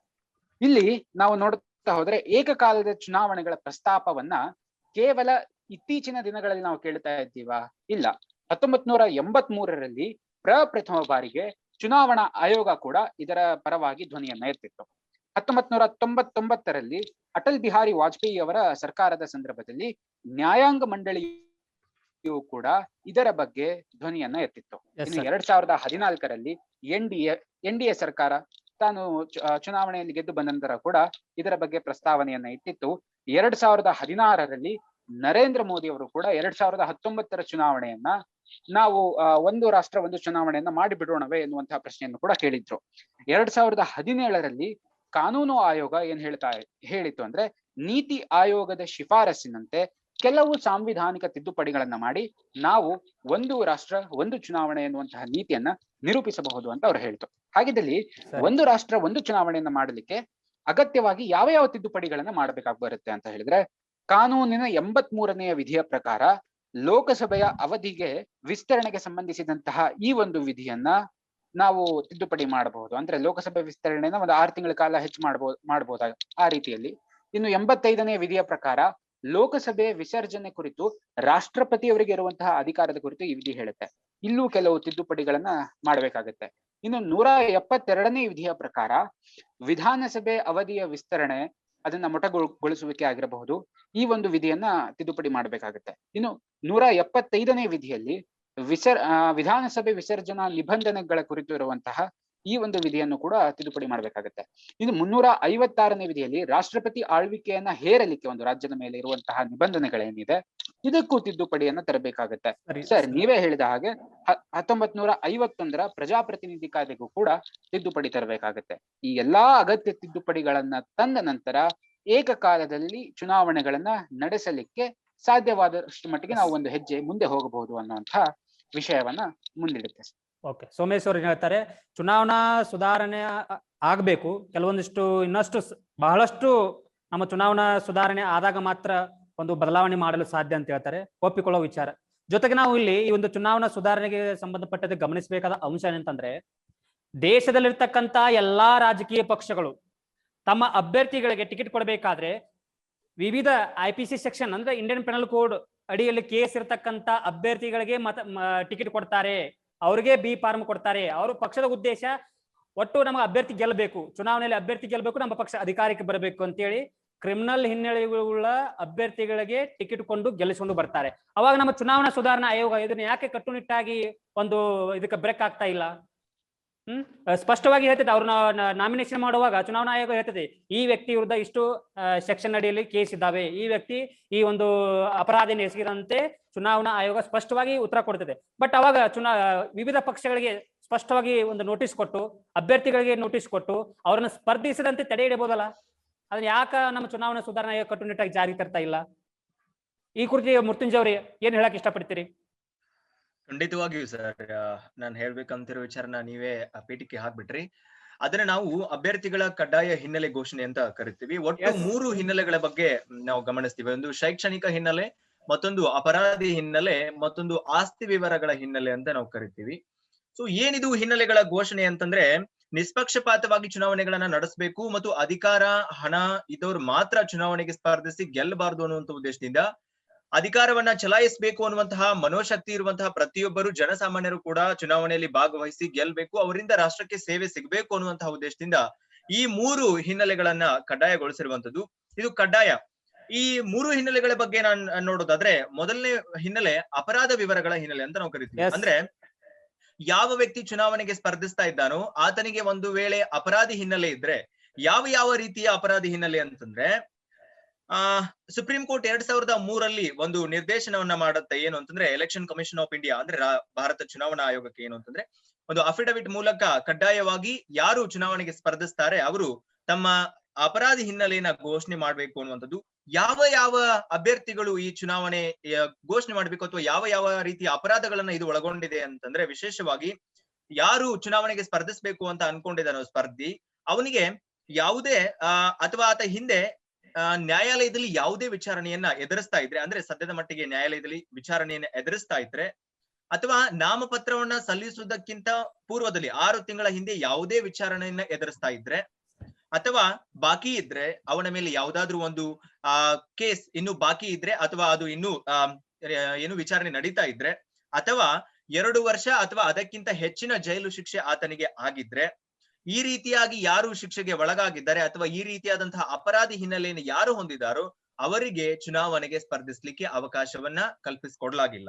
ವಿಶೇಷವಾಗಿ ನೀವೇ ಹೇಳ್ದಂಗೆ 1951 ಪ್ರಜಾಪ್ರತಿನಿಧಿ ಕಾಯ್ದೆಯ ಭಾಗ 6 ಕೂಡ ಅದನ್ನೇ ಹೇಳುತ್ತೆ, 6 ವರ್ಷಗಳವರೆಗೆ ಅವರಿಗೆ ಸ್ಪರ್ಧಿಸ್ಲಿಕ್ಕೆ ಅವಕಾಶವನ್ನ ನೀಡಲಾಗುವುದಿಲ್ಲ ಅನ್ನುವಂಥದ್ದನ್ನ ನಾವು ಬಹಳ ಸ್ಪಷ್ಟವಾಗಿ ಇಲ್ಲಿ ಗಮನಿಸಬೇಕಾಗುತ್ತೆ. ಇನ್ನು ಎರಡನೇ ಪ್ರಮುಖ ವಿಚಾರ ಅಂತಂದ್ರೆ ಶೈಕ್ಷಣಿಕ ಹಿನ್ನೆಲೆ ಅಂತ ನಾನು ಹೇಳಿದೆ. ಹೌದು, ಒಬ್ಬ ಸುವ್ಯವಸ್ಥಿತ ವ್ಯಕ್ತಿಯನ್ನ ನಾವು ಬಯಸ್ತೀವಿ ಒಬ್ಬ ಲೀಡರ್ ಅನ್ನಾಗಿ ಅಂತಂದ್ರೆ ಆತ ನಿರ್ದಿಷ್ಟವಾದಂತಹ ಒಂದು ಶಿಕ್ಷಣವನ್ನ ಪಡ್ಕೊಂಡಿರ್ಬೇಕಾಗುತ್ತೆ. ಹಾಗಾಗಿ ಶೈಕ್ಷಣಿಕ ಹಿನ್ನೆಲೆಯನ್ನ ಚುನಾವಣೆಯ ಸಂದರ್ಭದಲ್ಲಿ ಘೋಷಣೆ ಮಾಡುವಂತದ್ದು ಅನಿವಾರ್ಯವಾಗಿದೆ. ಯಾವ ಸಂದರ್ಭದಲ್ಲಿ ಅಂದ್ರೆ ನಾಮಿನೇಷನ್ ಫೈಲ್ ಮಾಡುವಂತಹ ಸಂದರ್ಭದಲ್ಲಿ ಆತ ಸಲ್ಲಿಸಿದಂತಹ ಶೈಕ್ಷಣಿಕ ಹಿನ್ನೆಲೆಯನ್ನ ಮಾಧ್ಯಮಗಳು ಪ್ರಚಾರ ಮಾಡ್ತವೆ ಮತ್ತು ಪತ್ರಿಕೆಗಳಲ್ಲಿ ಪ್ರಕಟಿಸ್ತವೆ. ಅದನ್ನ ಜನಸಾಮಾನ್ಯರು ನೋಡಿ ಅವರು ಜಾಗೃತರಾಗಲಿ, ಯಾರಿಗೆ ಮತವನ್ನ ನೀಡಬೇಕು ಅನ್ನುವಂತಹ ವಿಚಾರವನ್ನ ಅವರೇ ವಿವೇಚನೆಯನ್ನ ಅವರೇ ಮಾಡ್ಲಿ ಅನ್ನುವಂತಹ ಉದ್ದೇಶದಿಂದ ಅದನ್ನು ಪತ್ರಿಕೆಗಳಲ್ಲಿ, ಸಮೂಹ ಮಾಧ್ಯಮಗಳಲ್ಲಿ ಕೂಡ ಹೇಳ್ತಾರೆ. ಆದ್ರೆ ಒಂದು ವಿಪರ್ಯಾಸದ ಸಂಗತಿ ಏನು ಅಂತಂದ್ರೆ, ಇಂತಹ ಒಬ್ಬ MP ಆಗ್ಬೇಕು, ಒಬ್ಬ MLA ಆಗ್ಬೇಕು, ಒಬ್ಬ ಕಾರ್ಪೊರೇಟರ್ ಆಗ್ಬೇಕು ಅಂದ್ರೆ ಇಷ್ಟೇ ವಿದ್ಯಾರ್ಹತೆಯನ್ನ ಹೊಂದಿಲ್ಲ ಅನ್ನುವಂಥದ್ದು ಎಲ್ಲೂ ಉಲ್ಲೇಖ ಮಾಡಿಲ್ಲ. ಅಂದ್ರೆ ಶೈಕ್ಷಣಿಕ ಅರ್ಹತೆ ಕಡ್ಡಾಯ ಅನ್ನೋದನ್ನ ಎಲ್ಲೂ ಕೂಡ ನಿಗದಿಪಡಿಸಿಲ್ಲ. ಇದ್ರ ಬಗ್ಗೆ ನಾವು ಮುಂದೆ ಡಿಸ್ಕಸ್ ಮಾಡೋಣ ಚರ್ಚೆ ಮಾಡುವಂತಹ ಸಂದರ್ಭದಲ್ಲಿ. ಆಮೇಲೆ ಈ ಶೈಕ್ಷಣಿಕ ಹಿನ್ನೆಲೆಗೆ ಸಂಬಂಧಪಟ್ಟ ಹಾಗೆ ಯಾವುದೋ ಒಂದು ಕನಿಷ್ಠ ವಿದ್ಯಾರ್ಹತೆಯನ್ನ ನಿಗದಿಪಡಿಸದೆ ಇದ್ದಿದ್ರಿಂದ ಇವತ್ತು ಕೆಲವೊಂದಿಷ್ಟು ರೀತಿಯಲ್ಲಿ ಅಪರಾಧಗಳು ಕೂಡ ನಡೀತಾ ಇರೋದಕ್ಕೆ ಇದು ಎಲ್ಲೋ ಒಂದು ಕಾರಣ ಅನ್ನುವಂಥದ್ದು ನನ್ನ ಒಂದು ವೈಯಕ್ತಿಕ ಅಭಿಪ್ರಾಯ. ಇನ್ನೊಂದು ಬಹಳ ಪ್ರಮುಖವಾದಂತಹ ಹಿನ್ನೆಲೆ ಅಂತಂದ್ರೆ ಆಸ್ತಿ ವಿವರಗಳ ಹಿನ್ನೆಲೆ ಅನ್ನುವಂಥದ್ದು. ಬಹಳಷ್ಟು ಜನ ಹಣವನ್ನ ಹಂಚಿನೋ ಅಥವಾ ತಮಗಿರುವಂತಹ ಅಧಿಕಾರದಿಂದನೋ ಅಥವಾ ಬೇರೆ ಬೇರೆ ಖಾಸಗಿ ಕಂಪನಿಯವರ ಕಡೆ ಹಣವನ್ನ ಇಸ್ಕೊಂಡ್ ಬಂದು ಅದನ್ನ ಜನರಿಗೆ ಹಂಚಿ ತಾವು ಎಲೆಕ್ಷನ್ ನಲ್ಲಿ ಗೆಲ್ತಾ ಇರುವಂತದ್ದನ್ನ ಕೆಲವೊಂದು ಕಡೆ ನಾವು ನೋಡ್ತಾ ಇರ್ತೀವಿ ಸಾಮಾನ್ಯವಾಗಿ. ಅದು ಮತ್ತೆ ಮತ್ತೊಂದ್ಸಲ ರಿಪೀಟ್ ಆಗ್ಬಾರ್ದು ಮತ್ತು ಜನಸಾಮಾನ್ಯರಿಗೂ ಸಹ ಅಂದ್ರೆ ಯಾರ ಹತ್ರ ಹಣಬಲ ಇಲ್ಲ ಅವರು ಸಹ ಚುನಾವಣೆಯಲ್ಲಿ ಸ್ಪರ್ಧಿಸಿ ಗೆಲ್ಲಬೇಕು ಅನ್ನುವಂತಹ ಉದ್ದೇಶದಿಂದ ಆಸ್ತಿ ವಿವರಗಳ ಹಿನ್ನೆಲೆಯನ್ನು ಸಹ ಕಡ್ಡಾಯವಾಗಿ ಘೋಷಣೆ ಮಾಡಬೇಕಾಗಿರುವಂತದ್ದು ಒಂದು ಪ್ರಮುಖವಾದಂತಹ ಚುನಾವಣಾ ಸುಧಾರಣೆ. ಅವರಿಗೆ ಇರುವಂತಹ ಚರ ಮತ್ತು ಸ್ಥಿರಾಸ್ತಿಗಳ ಒಂದು ಹಿನ್ನೆಲೆಯನ್ನ ಕಡ್ಡಾಯವಾಗಿ ಆ ಅಭ್ಯರ್ಥಿ ಘೋಷಣೆ ಮಾಡ್ಬೇಕಾಗುತ್ತೆ. ಅದನ್ನ ಮಾಧ್ಯಮಗಳಲ್ಲಿ ಕೂಡ ಪ್ರಕಟ ಮಾಡ್ತಾರೆ. ಪ್ರಕಟ ಮಾಡಿದಂತಹದ್ದನ್ನ ನೋಡಿ ಆತ ಎಷ್ಟರ ಮಟ್ಟಿಗೆ ಯೋಗ್ಯ ಇದ್ದಾನೆ ಚುನಾವಣೆಗೆ ನಿಲ್ಲಲಿಕ್ಕೆ ಮತ್ತು ಗೆಲ್ಲಲಿಕ್ಕೆ ಅನ್ನುವಂಥದ್ದನ್ನ ಜನಸಾಮಾನ್ಯರೇ ವಿಚಾರ ಮಾಡಿ ಅವರು ಮತವನ್ನ ನೀಡುವಂತದ್ದು ಬಹಳ ಪ್ರಮುಖವಾಗಿರುವಂತಹ ಒಂದು ವಿಚಾರ. ಈ 3 ಪ್ರಮುಖ ಸುಧಾರಣೆಗಳನ್ನ ನಾವು ಗಮನಿಸಬಹುದು. ಸೊ ಇದರ ಜೊತೆಗೆ ಬಹಳ ಪ್ರಮುಖವಾದಂತಹ ಒಂದು ಸುಧಾರಣೆ ಇನ್ನೊಂದು ನಾನು ಹೇಳ್ಬೇಕು ಏನಂತಂದ್ರೆ ಮತದಾರರ ಗುರುತಿನ ಚೀಟಿ ಅಂತ ನಾವು ಕರಿತೀವಿ, ವೋಟರ್ ಐಡಿ ಅಂತ ಕರಿತೀವಿ. ಅದನ್ನ ನಾವು ಎಪಿಕ್ ಅಂತ ಕರಿತೀವಿ, ಎಲೆಕ್ಟರ್ಸ್ ಫೋಟೋ ಐಡೆಂಟಿಟಿ ಕಾರ್ಡ್ ಅಂತ ಹೇಳಿ. ಇದನ್ನ 1993ರಲ್ಲಿ ಅನುಷ್ಠಾನಗೊಳಿಸಿದ್ರು. ಅಂದಿನ ನಮ್ಮ ಭಾರತ ಚುನಾವಣಾ ಆಯೋಗದ ಮುಖ್ಯ ಆಯುಕ್ತರಾಗಿದ್ದಂತಹ TN ಶೇಷನ್ ಅನ್ನುವಂತಹ ವ್ಯಕ್ತಿ ಈ ಒಂದು ಪ್ರಸ್ತಾವನೆಗೆ ಮುಂದಾಗ್ತಾರೆ. ಆದ್ರೆ ಆ ಸಂದರ್ಭದಲ್ಲಿ ಕೆಲವೊಂದಿಷ್ಟು ತಾಂತ್ರಿಕ ದೋಷಗಳಿಂದ ಇದು ಜಾರಿ ಆಗುವುದಿಲ್ಲ. ಬದಲಾಗಿ MS ಗಿಲ್ ಅನ್ನುವಂತಹ ಭಾರತೀಯ ಮುಖ್ಯ ಚುನಾವಣಾ ಆಯುಕ್ತರು ಇದನ್ನ ಅಂತಿಮವಾಗಿ ಮುಂದೆ ಕಡ್ಡಾಯಗೊಳಿಸ್ತಾರೆ. ಇದು ಕೆಲವೊಂದಿಷ್ಟು ನಮಗೆ ಸರ್ಕಾರಿ ಸೌಲಭ್ಯಗಳನ್ನ ಪಡ್ಕೊಳ್ಳಿಕ್ಕೆ ಅನುಕೂಲವಾಗಿದೆ, ನಕಲಿ ಮತದಾನವನ್ನ ತಡೆಗಟ್ಟಲಿಕ್ಕೆ ಅನುಕೂಲವಾಗಿದೆ, ಜೊತೆಗೆ ಪಾರದರ್ಶಕವಾಗಿ ಮತದಾನವನ್ನ ನಡೆಸಲಿಕ್ಕೆ ಅನುಕೂಲ ಆಗಿದೆ. ಜೊತೆಗೆ ಅದರಲ್ಲಿ ನಾವು ಲಿಂಗ, ವಯಸ್ಸು, ಹೆಸರು ಮತ್ತು ವಿಳಾಸವನ್ನ ನಮೂದಿಸಿದ್ರಿಂದ ಕಳ್ಳ ಮತ ಅಂತ ಏನ್ ಕರಿತೀವಿ ಅದನ್ನ ತಪ್ಪಿಸ್ಲಿಕ್ಕೆ ಒಂದು ಅನುಕೂಲವಾಗಿದೆ. ಜೊತೆಗೆ ಅದರಿಂದ ನಾವು ಸಾಕಷ್ಟು ಸರ್ಕಾರದ ಯೋಜನೆಗಳ ಫಲಾನುಭವಿಗಳು ಕೂಡ ಆಗಬಹುದು. ಆಮೇಲೆ ಇದು ಎಲ್ಲ ಮತದಾರ ಒಂದು ಸಂಪೂರ್ಣ ವಿವರಗಳನ್ನ ಹೊಂದಿದ್ರಿಂದ ಆ ವ್ಯಕ್ತಿ ಅದನ್ನ ಒಂದು ಇವತ್ತು ನಾವು ಬಹುಮುಖ್ಯವಾದಂತಹ ಒಂದು ನಮ್ಮ ಆಧಾರ್ ಕಾರ್ಡಿನಷ್ಟೇ ಪ್ರಾಮುಖ್ಯತೆ ಕೆಲವೊಂದು ಕಡೆ ಆ ಒಂದು ವೋಟರ್ ಐಡಿಗೂ ಕೂಡ ಕೊಡ್ತಿರೋದನ್ನ ನಾವು ಗಮನಿಸಬಹುದು. ಇಷ್ಟು ಪ್ರಮುಖವಾಗಿರುವಂತಹ 2 ಸುಧಾರಣೆಗಳು. ಮತ್ತೊಂದು ಅಷ್ಟೇ ಪ್ರಮುಖವಾಗಿರುವಂತಹ ಸುಧಾರಣೆ ಅಂತಂದ್ರೆ EVM ಅಂತ ನಾವು ಕರಿತೀವಿ, ಎಲೆಕ್ಟ್ರಾನಿಕ್ ವೋಟಿಂಗ್ ಮಷಿನ್, ವಿದ್ಯುನ್ಮಾನ ಮತಯಂತ್ರ ಅಂತ ಕರಿತೀವಿ. ಈ ವಿದ್ಯುನ್ಮಾನ ಮತಯಂತ್ರವನ್ನ ಪರಿಚಯಿಸಿದ್ದು ಕೂಡ ಬಹಳ ಪ್ರಮುಖವಾಗಿರುವಂತಹ ಒಂದು ಚುನಾವಣಾ ಸುಧಾರಣೆ ಅಂತ ನಾನು ಹೇಳಕ್ಕೆ ಇಷ್ಟಪಡ್ತೀನಿ. 1998ರಲ್ಲಿ ಮೊದಲ ಬಾರಿಗೆ ದೆಹಲಿ, ಮಧ್ಯಪ್ರದೇಶ ಮತ್ತು ರಾಜಸ್ಥಾನದ ವಿಧಾನಸಭಾ ಚುನಾವಣೆಗಳಲ್ಲಿ ಇದನ್ನ ಪ್ರಾಯೋಗಿಕವಾಗಿ ಜಾರಿಗೊಳಿಸ್ತಾರೆ. ಆ ಸಂದರ್ಭದಲ್ಲಿನ ಒಂದು ರಿಸಲ್ಟ್ ಅನ್ನ ನೋಡ್ಕೊಂಡು ಮುಂದೆ 2004ರ ಒಂದು ಸಾರ್ವತ್ರಿಕ ಚುನಾವಣೆಯಲ್ಲಿ ದೇಶದಾದ್ಯಂತ EVM ಅನ್ನ ಬಳಸಲಿಕ್ಕೆ ಪ್ರಾರಂಭ ಮಾಡ್ತಾರೆ. ಇದರಲ್ಲಿ 2 ಯೂನಿಟ್ ಗಳನ್ನ ನೋಡುತ್ತೀವಿ. ಒಂದು ಕಂಟ್ರೋಲಿಂಗ್ ಯೂನಿಟ್ ಅನ್ನುವಂಥದ್ದು, ಮತ್ತೊಂದು ಬ್ಯಾಲೆಟಿಂಗ್ ಯೂನಿಟ್ ಅನ್ನುವಂಥದ್ದು. ಏನಿದು ಕಂಟ್ರೋಲಿಂಗ್ ಮತ್ತು ಬ್ಯಾಲೆಟಿಂಗ್ ಯೂನಿಟ್ ಅಂತಂದ್ರೆ, ನಾವು ಮತವನ್ನ ಹಾಕ್ಬೇಕು ಅಂತಂದ್ರೆ ಮತಗಟ್ಟೆಗೆ ಸಾಮಾನ್ಯವಾಗಿ ಹೋಗ್ತೀವಿ. ಮತ್ತೆ ಮತಗಟ್ಟೆಗೆ ಹೋಗಿ ಅಲ್ಲಿ ನಮ್ಮ ವೆರಿಫಿಕೇಶನ್ ಅನ್ನ ಮಾಡ್ತಾರೆ. ನಾವು ಹೌದು ಅಲ್ಲೋ ಸರಿಯಾದಂತಹ ಅಭ್ಯರ್ಥಿ ಅಂತ ಹೇಳಿ ವೆರಿಫಿಕೇಶನ್ ಮಾಡಿದ್ಮೇಲೆ ಅಲ್ಲಿರುವಂತಹ ಚುನಾವಣಾ ಅಧಿಕಾರಿಗಳೇನಿರ್ತಾರೆ, ಆ ಒಬ್ಬ ಅಧಿಕಾರಿ ನಮ್ಮ 3 ಹಂತದ ಮೊದಲನೇ ಹಂತದಲ್ಲಿ ನಮ್ಮ ಹೆಸರನ್ನ ಟಿಕ್ ಮಾಡಿಕೊಂಡ್ರು, 2ನೇ ಹಂತದಲ್ಲಿ ನಮ್ಮ ವೋಟರ್ ಐಡಿಯನ್ನ ಅಥವಾ ನಮ್ಮ ಆಧಾರ್ ಯಾವುದೇ ಒಂದು ಗುರುತನ್ನ ಐಡೆಂಟಿಫೈ ಮಾಡಿದ ನಂತರ 3ನೇ ಹಂತದಲ್ಲಿ ನಮಗೆ ಇಂಕ್ ಅನ್ನ ಹಚ್ಚಿದ ಮೇಲೆ ಮತ್ತೊಬ್ಬ ಅಧಿಕಾರಿ ಕೂತಿರ್ತಾರೆ. ಅವರ ಬರೀ ಕಂಟ್ರೋಲಿಂಗ್ ಯೂನಿಟ್ ಆಪ್ಷನ್ ಇರುತ್ತೆ. ಅವರು ಆ ಒಂದು ಹಿಂದೆ ಹಾಕಿ ಹೋದಂತಹ ಒಬ್ಬ ವ್ಯಕ್ತಿಯ ಅಭ್ಯರ್ಥಿಯ ಅಥವಾ ಮತದಾರನ ಒಂದು ವೋಟ್ ಕ್ಲಿಯರ್ ಆದ ನಂತರ ಅವರು ಆನ್ ಅನ್ನ ಮಾಡ್ತಾರೆ EVM ಅನ್ನ. ಈ ಬ್ಯಾಲೆಟಿಂಗ್ ಯೂನಿಟ್ ನ ಮೂಲಕ ಹಾಕುವ ಮತದಾರ ಹೋಗಿ ತನ್ನ ಮತವನ್ನ ಹಾಕಿ ವಿವಿಪ್ಯಾಟ್ ಮೂಲಕ ಅದು ಇತ್ತೀಚೆಗೆ ಒಂದು ದೃಢೀಕರಣವನ್ನು ಸಹ ನಾವು ಪಡಿತಾ ಇರೋದನ್ನ ನಾವು ಗಮನಿಸ್ತಾ ಇದೀವಿ. ಇದಿಷ್ಟು EVM ನ ಕುರಿತ. ಇದು ಸಾಕಷ್ಟು ಅನುಕೂಲಗಳನ್ನು ಸಹ ನಮ್ಗೆ ಕಲ್ಪಿಸಿಕೊಟ್ಟಿದೆ. EVM ಬಹಳ ತ್ವರಿತವಾಗಿ ನಾವು ಮತವನ್ನ ಹಾಕ್ಬಹುದು. 5 ಸೆಕೆಂಡಿಗೆ 1 ಮತದಂತೆ ನಾವಿಲ್ಲಿ ಹಾಕಬಹುದು. ಜೊತೆಗೆ ಪರಿಸರ ಸ್ನೇಹಿಯಾಗಿದೆ, ಯಾಕಂದ್ರೆ ಸಾಕಷ್ಟು ರೀತಿಯ ಗಿಡ ಮರಗಳನ್ನ ಕಡಿಯುವಂತ ಅವಶ್ಯಕತೆ ಇಲ್ಲ. ಆ ಹಾಳಿಗಾಗಿ ನಾವು ಬ್ಯಾಲೆಟ್ ಪೇಪರ್ ಗಾಗಿ ವೇಸ್ಟ್ ಮಾಡುವಂತ ಅವಶ್ಯಕತೆ ಇಲ್ಲ. ಮತ್ತು ಸಮಯದ ಉಳಿತಾಯ ಆಗುತ್ತೆ, ಶ್ರಮದ ಉಳಿತಾಯ ಆಗುತ್ತೆ, ಪಾರದರ್ಶಕವಾಗಿದೆ ಅಂತ ಹೇಳ್ಬಹುದು ಸರ್. ಓಕೆ. ಮೃತ್ಯುಂಜಯ ಅವರು ಸ್ಪಷ್ಟವಾಗಿ ಹೇಳ್ತಾ ಇದ್ದಾರೆ. ಈ ಒಂದು ಕ್ರಿಮಿನಲ್ ಹಿನ್ನೆಲೆ ಉಳ್ಳವರಿಗೆ ಚುನಾವಣಾ ಆಯೋಗವು ಕಡಿವಾಣ ಹಾಕಬೇಕು, ಜೊತೆಗೆ ವಿವಿಧ ಯೋಜನೆಗಳನ್ನು ಜಾರಿಗೆ ತರುವ ಮೂಲಕ ಈ ಒಂದು ಚುನಾವಣಾ ಸುಧಾರಣೆಯಲ್ಲಿ ಚುನಾವಣಾ ಆಯೋಗವು ಕಾರ್ಯೋನ್ಮುಖರಾಗಬೇಕು ಎಂಬುದು ಅವರ ಒಂದು ಒಕ್ಕೊರಲ ಧ್ವನಿಯಾಗಿದೆ. ಜೊತೆಗೆ ನೀವು ಹೇಳ್ತಾ ಇದ್ರಿ ಮೃತ್ಯುಂಜಯ ಅವರು, ವಿವಿಧ ರೀತಿಯಾದಂತಹ ಸುಧಾರಣೆಗಳು ಏನೇನಾಗ್ಯಾವೋ ಆ ಸುಧಾರಣೆಯಿಂದ ಆಗತಕ್ಕಂಥ ಜನರಿಗೆ ಲಾಭಗಳನ್ನು ಕೂಡ ಹೇಳಿದ್ರಿ. ಬಟ್ ನಾವು ಕೆಲವೊಂದು ವಿಷಯಗಳನ್ನು ನೋಡಿದಾಗ ಈ ದೇಶದಲ್ಲಿ ಕಸ ಗುಡಿಸುವ ಡಿ ದರ್ಜಿ ನೌಕರರಿಂದ ಹಿಡಿದುಕೊಂಡು ಉನ್ನತ ಅಧಿಕಾರಿ IAS ಅಧಿಕಾರಿ ಕೂಡ ಒಂದು ನಿವೃತ್ತಿ ವಯಸ್ಸಂತ ಇದೆ, ಹೌದಾ? ಆದರೆ ನಮ್ಮ ಈ ರಾಜಕಾರಣದಲ್ಲಿ ಇನ್ನೂ ನಿವೃತ್ತಿ ವಯಸ್ಸೇ ಇಲ್ಲ. ಸಂಚೂರು ಹೊಡೆದ್ರು ಕೂಡ ರಾಜಕಾರಣದಲ್ಲಿ ವಿವಿಧ ಅಧಿಕಾರ ಮಂತ್ರಿಗಳಾಗಿ, ಪ್ರಧಾನಮಂತ್ರಿಗಳಾಗಿ ಅಥವಾ ಮುಖ್ಯಮಂತ್ರಿಗಳಾಗಿ ಇನ್ನೂ ಬೇರೆ ಬೇರೆ ಬೇರೆ ರಾಜ್ಯಪಾಲ ಹುದ್ದೆಯನ್ನು ಸ್ವೀಕಾರ ಮಾಡತಕ್ಕಂಥ ರಾಜಕಾರಣಿಗಳು ನಮ್ಮ ಮುಂದಿದ್ದಾರೆ. ಒಂದು ಕಡೆ ಇದರಿಂದ ಏನಾಗ್ತದೆ ಅಂತಂದ್ರೆ, ಆ ಪಕ್ಷದಲ್ಲಿರ್ತಕ್ಕಂಥ ಎರಡನೇ ಹಂತದ ನಾಯಕರಿಗೆ ಅಥವಾ ಕಾರ್ಯಕರ್ತರಿಗೆ ಅಲ್ಲಿ ಒಂದು ರಾಜಕೀಯದಿಂದ ಅವಕಾಶ ವಂಚಿತರಾಗುತ್ತಾರೆ. ಇದು ಸಹಜವಾಗಿ ಆ ಪಕ್ಷದ ಮೇಲೆ ಅಥವಾ ನಮ್ಮ ದೇಶದ ಅಭಿವೃದ್ಧಿ ಮೇಲೆ ಬಹಳಷ್ಟು ಒಂದು ಅಡೆತಡೆ ಉಂಟು ಮಾಡ್ತದೆ. ಯಾಕಂದ್ರೆ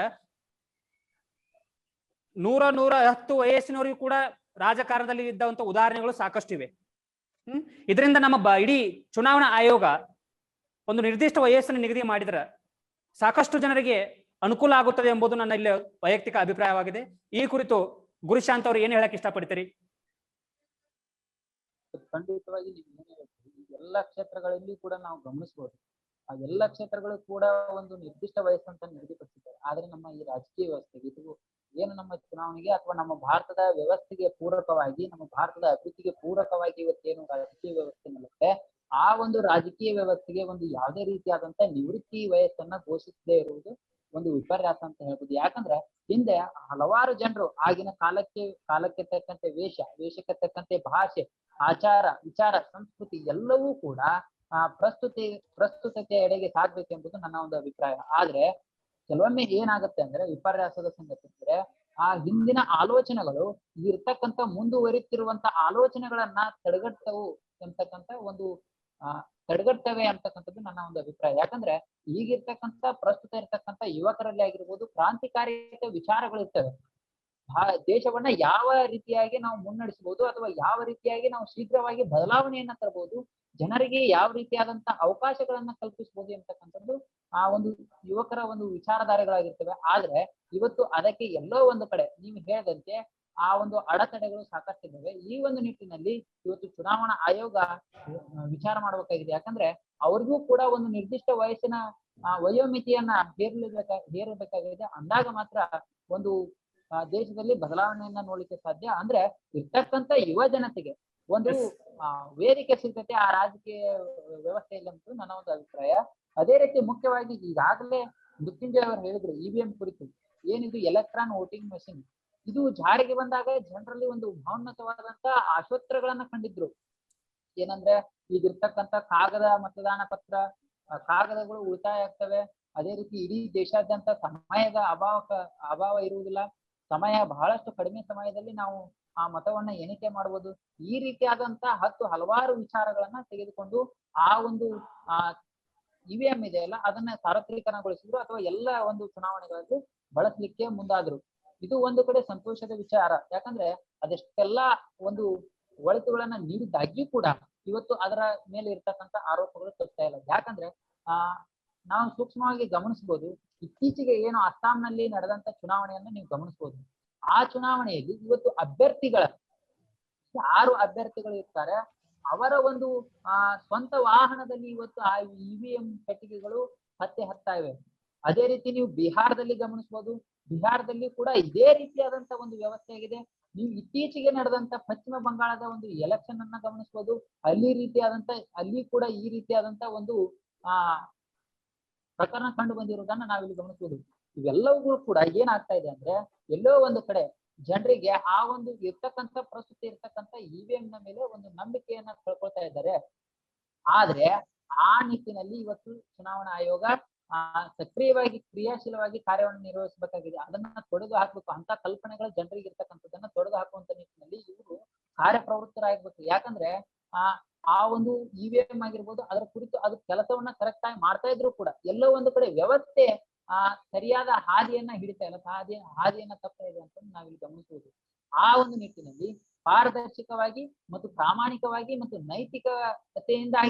ನೈತಿಕತೆಯನ್ನ ಇಟ್ಟುಕೊಂಡು ಆ ಒಂದು ಕೆಲಸವನ್ನ ಮಾಡಿದಾಗ ಇಂಥ ಕೆಲಸಗಳು ಆಗುವುದಿಲ್ಲ. ಯಾಕಂದ್ರೆ ನಾವು ಒಂದು ಕಡೆ ಹೇಳ್ತೇವೆ ಮತದಾನದ ಒಂದು ಮತ ಬುಲೆಟ್ ಗುಂಡಿಗಿಂತ ಬಹಳ ಬಿರುಸಾದುದು ಅಂತಂದು. ಯಾಕಂದ್ರೆ ಒಂದೊಂದು ಮತದಾನದಲ್ಲಿ ಕೂಡ ಒಬ್ಬೊಬ್ಬ ಅಭ್ಯರ್ಥಿಯ ಜೀವನ ಅಡಗಿರುವಾಗ ಅದನ್ನ ಈ ರೀತಿಯಾದ ಅಕ್ರಮವಾದಂತ ಹಾದಿಗೆ ಹೋಗ್ಲಿಕ್ಕೆ ಬಿಡಬಾರ್ದು.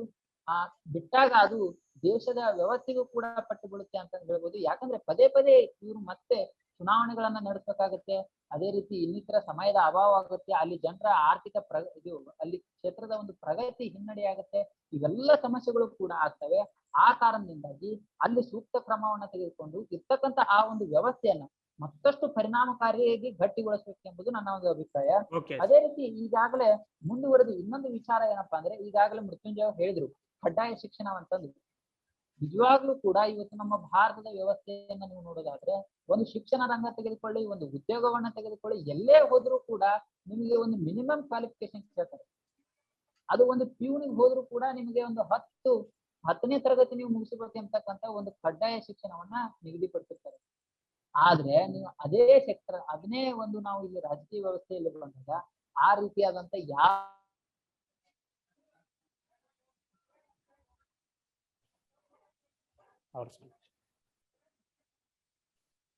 ಯಾವುದೇ ಒಂದು ಕ್ವಾಲಿಫಿಕೇಶನ್ ಅನ್ನೋದು ನಮ್ಮ ಒಂದು ರಾಜಕೀಯವಾಗಿ ತೊಡ್ಕೊಳ್ಳಿಕ್ಕೆ ಅವರಿಗೆ ಮುಕ್ತವಾದಂತ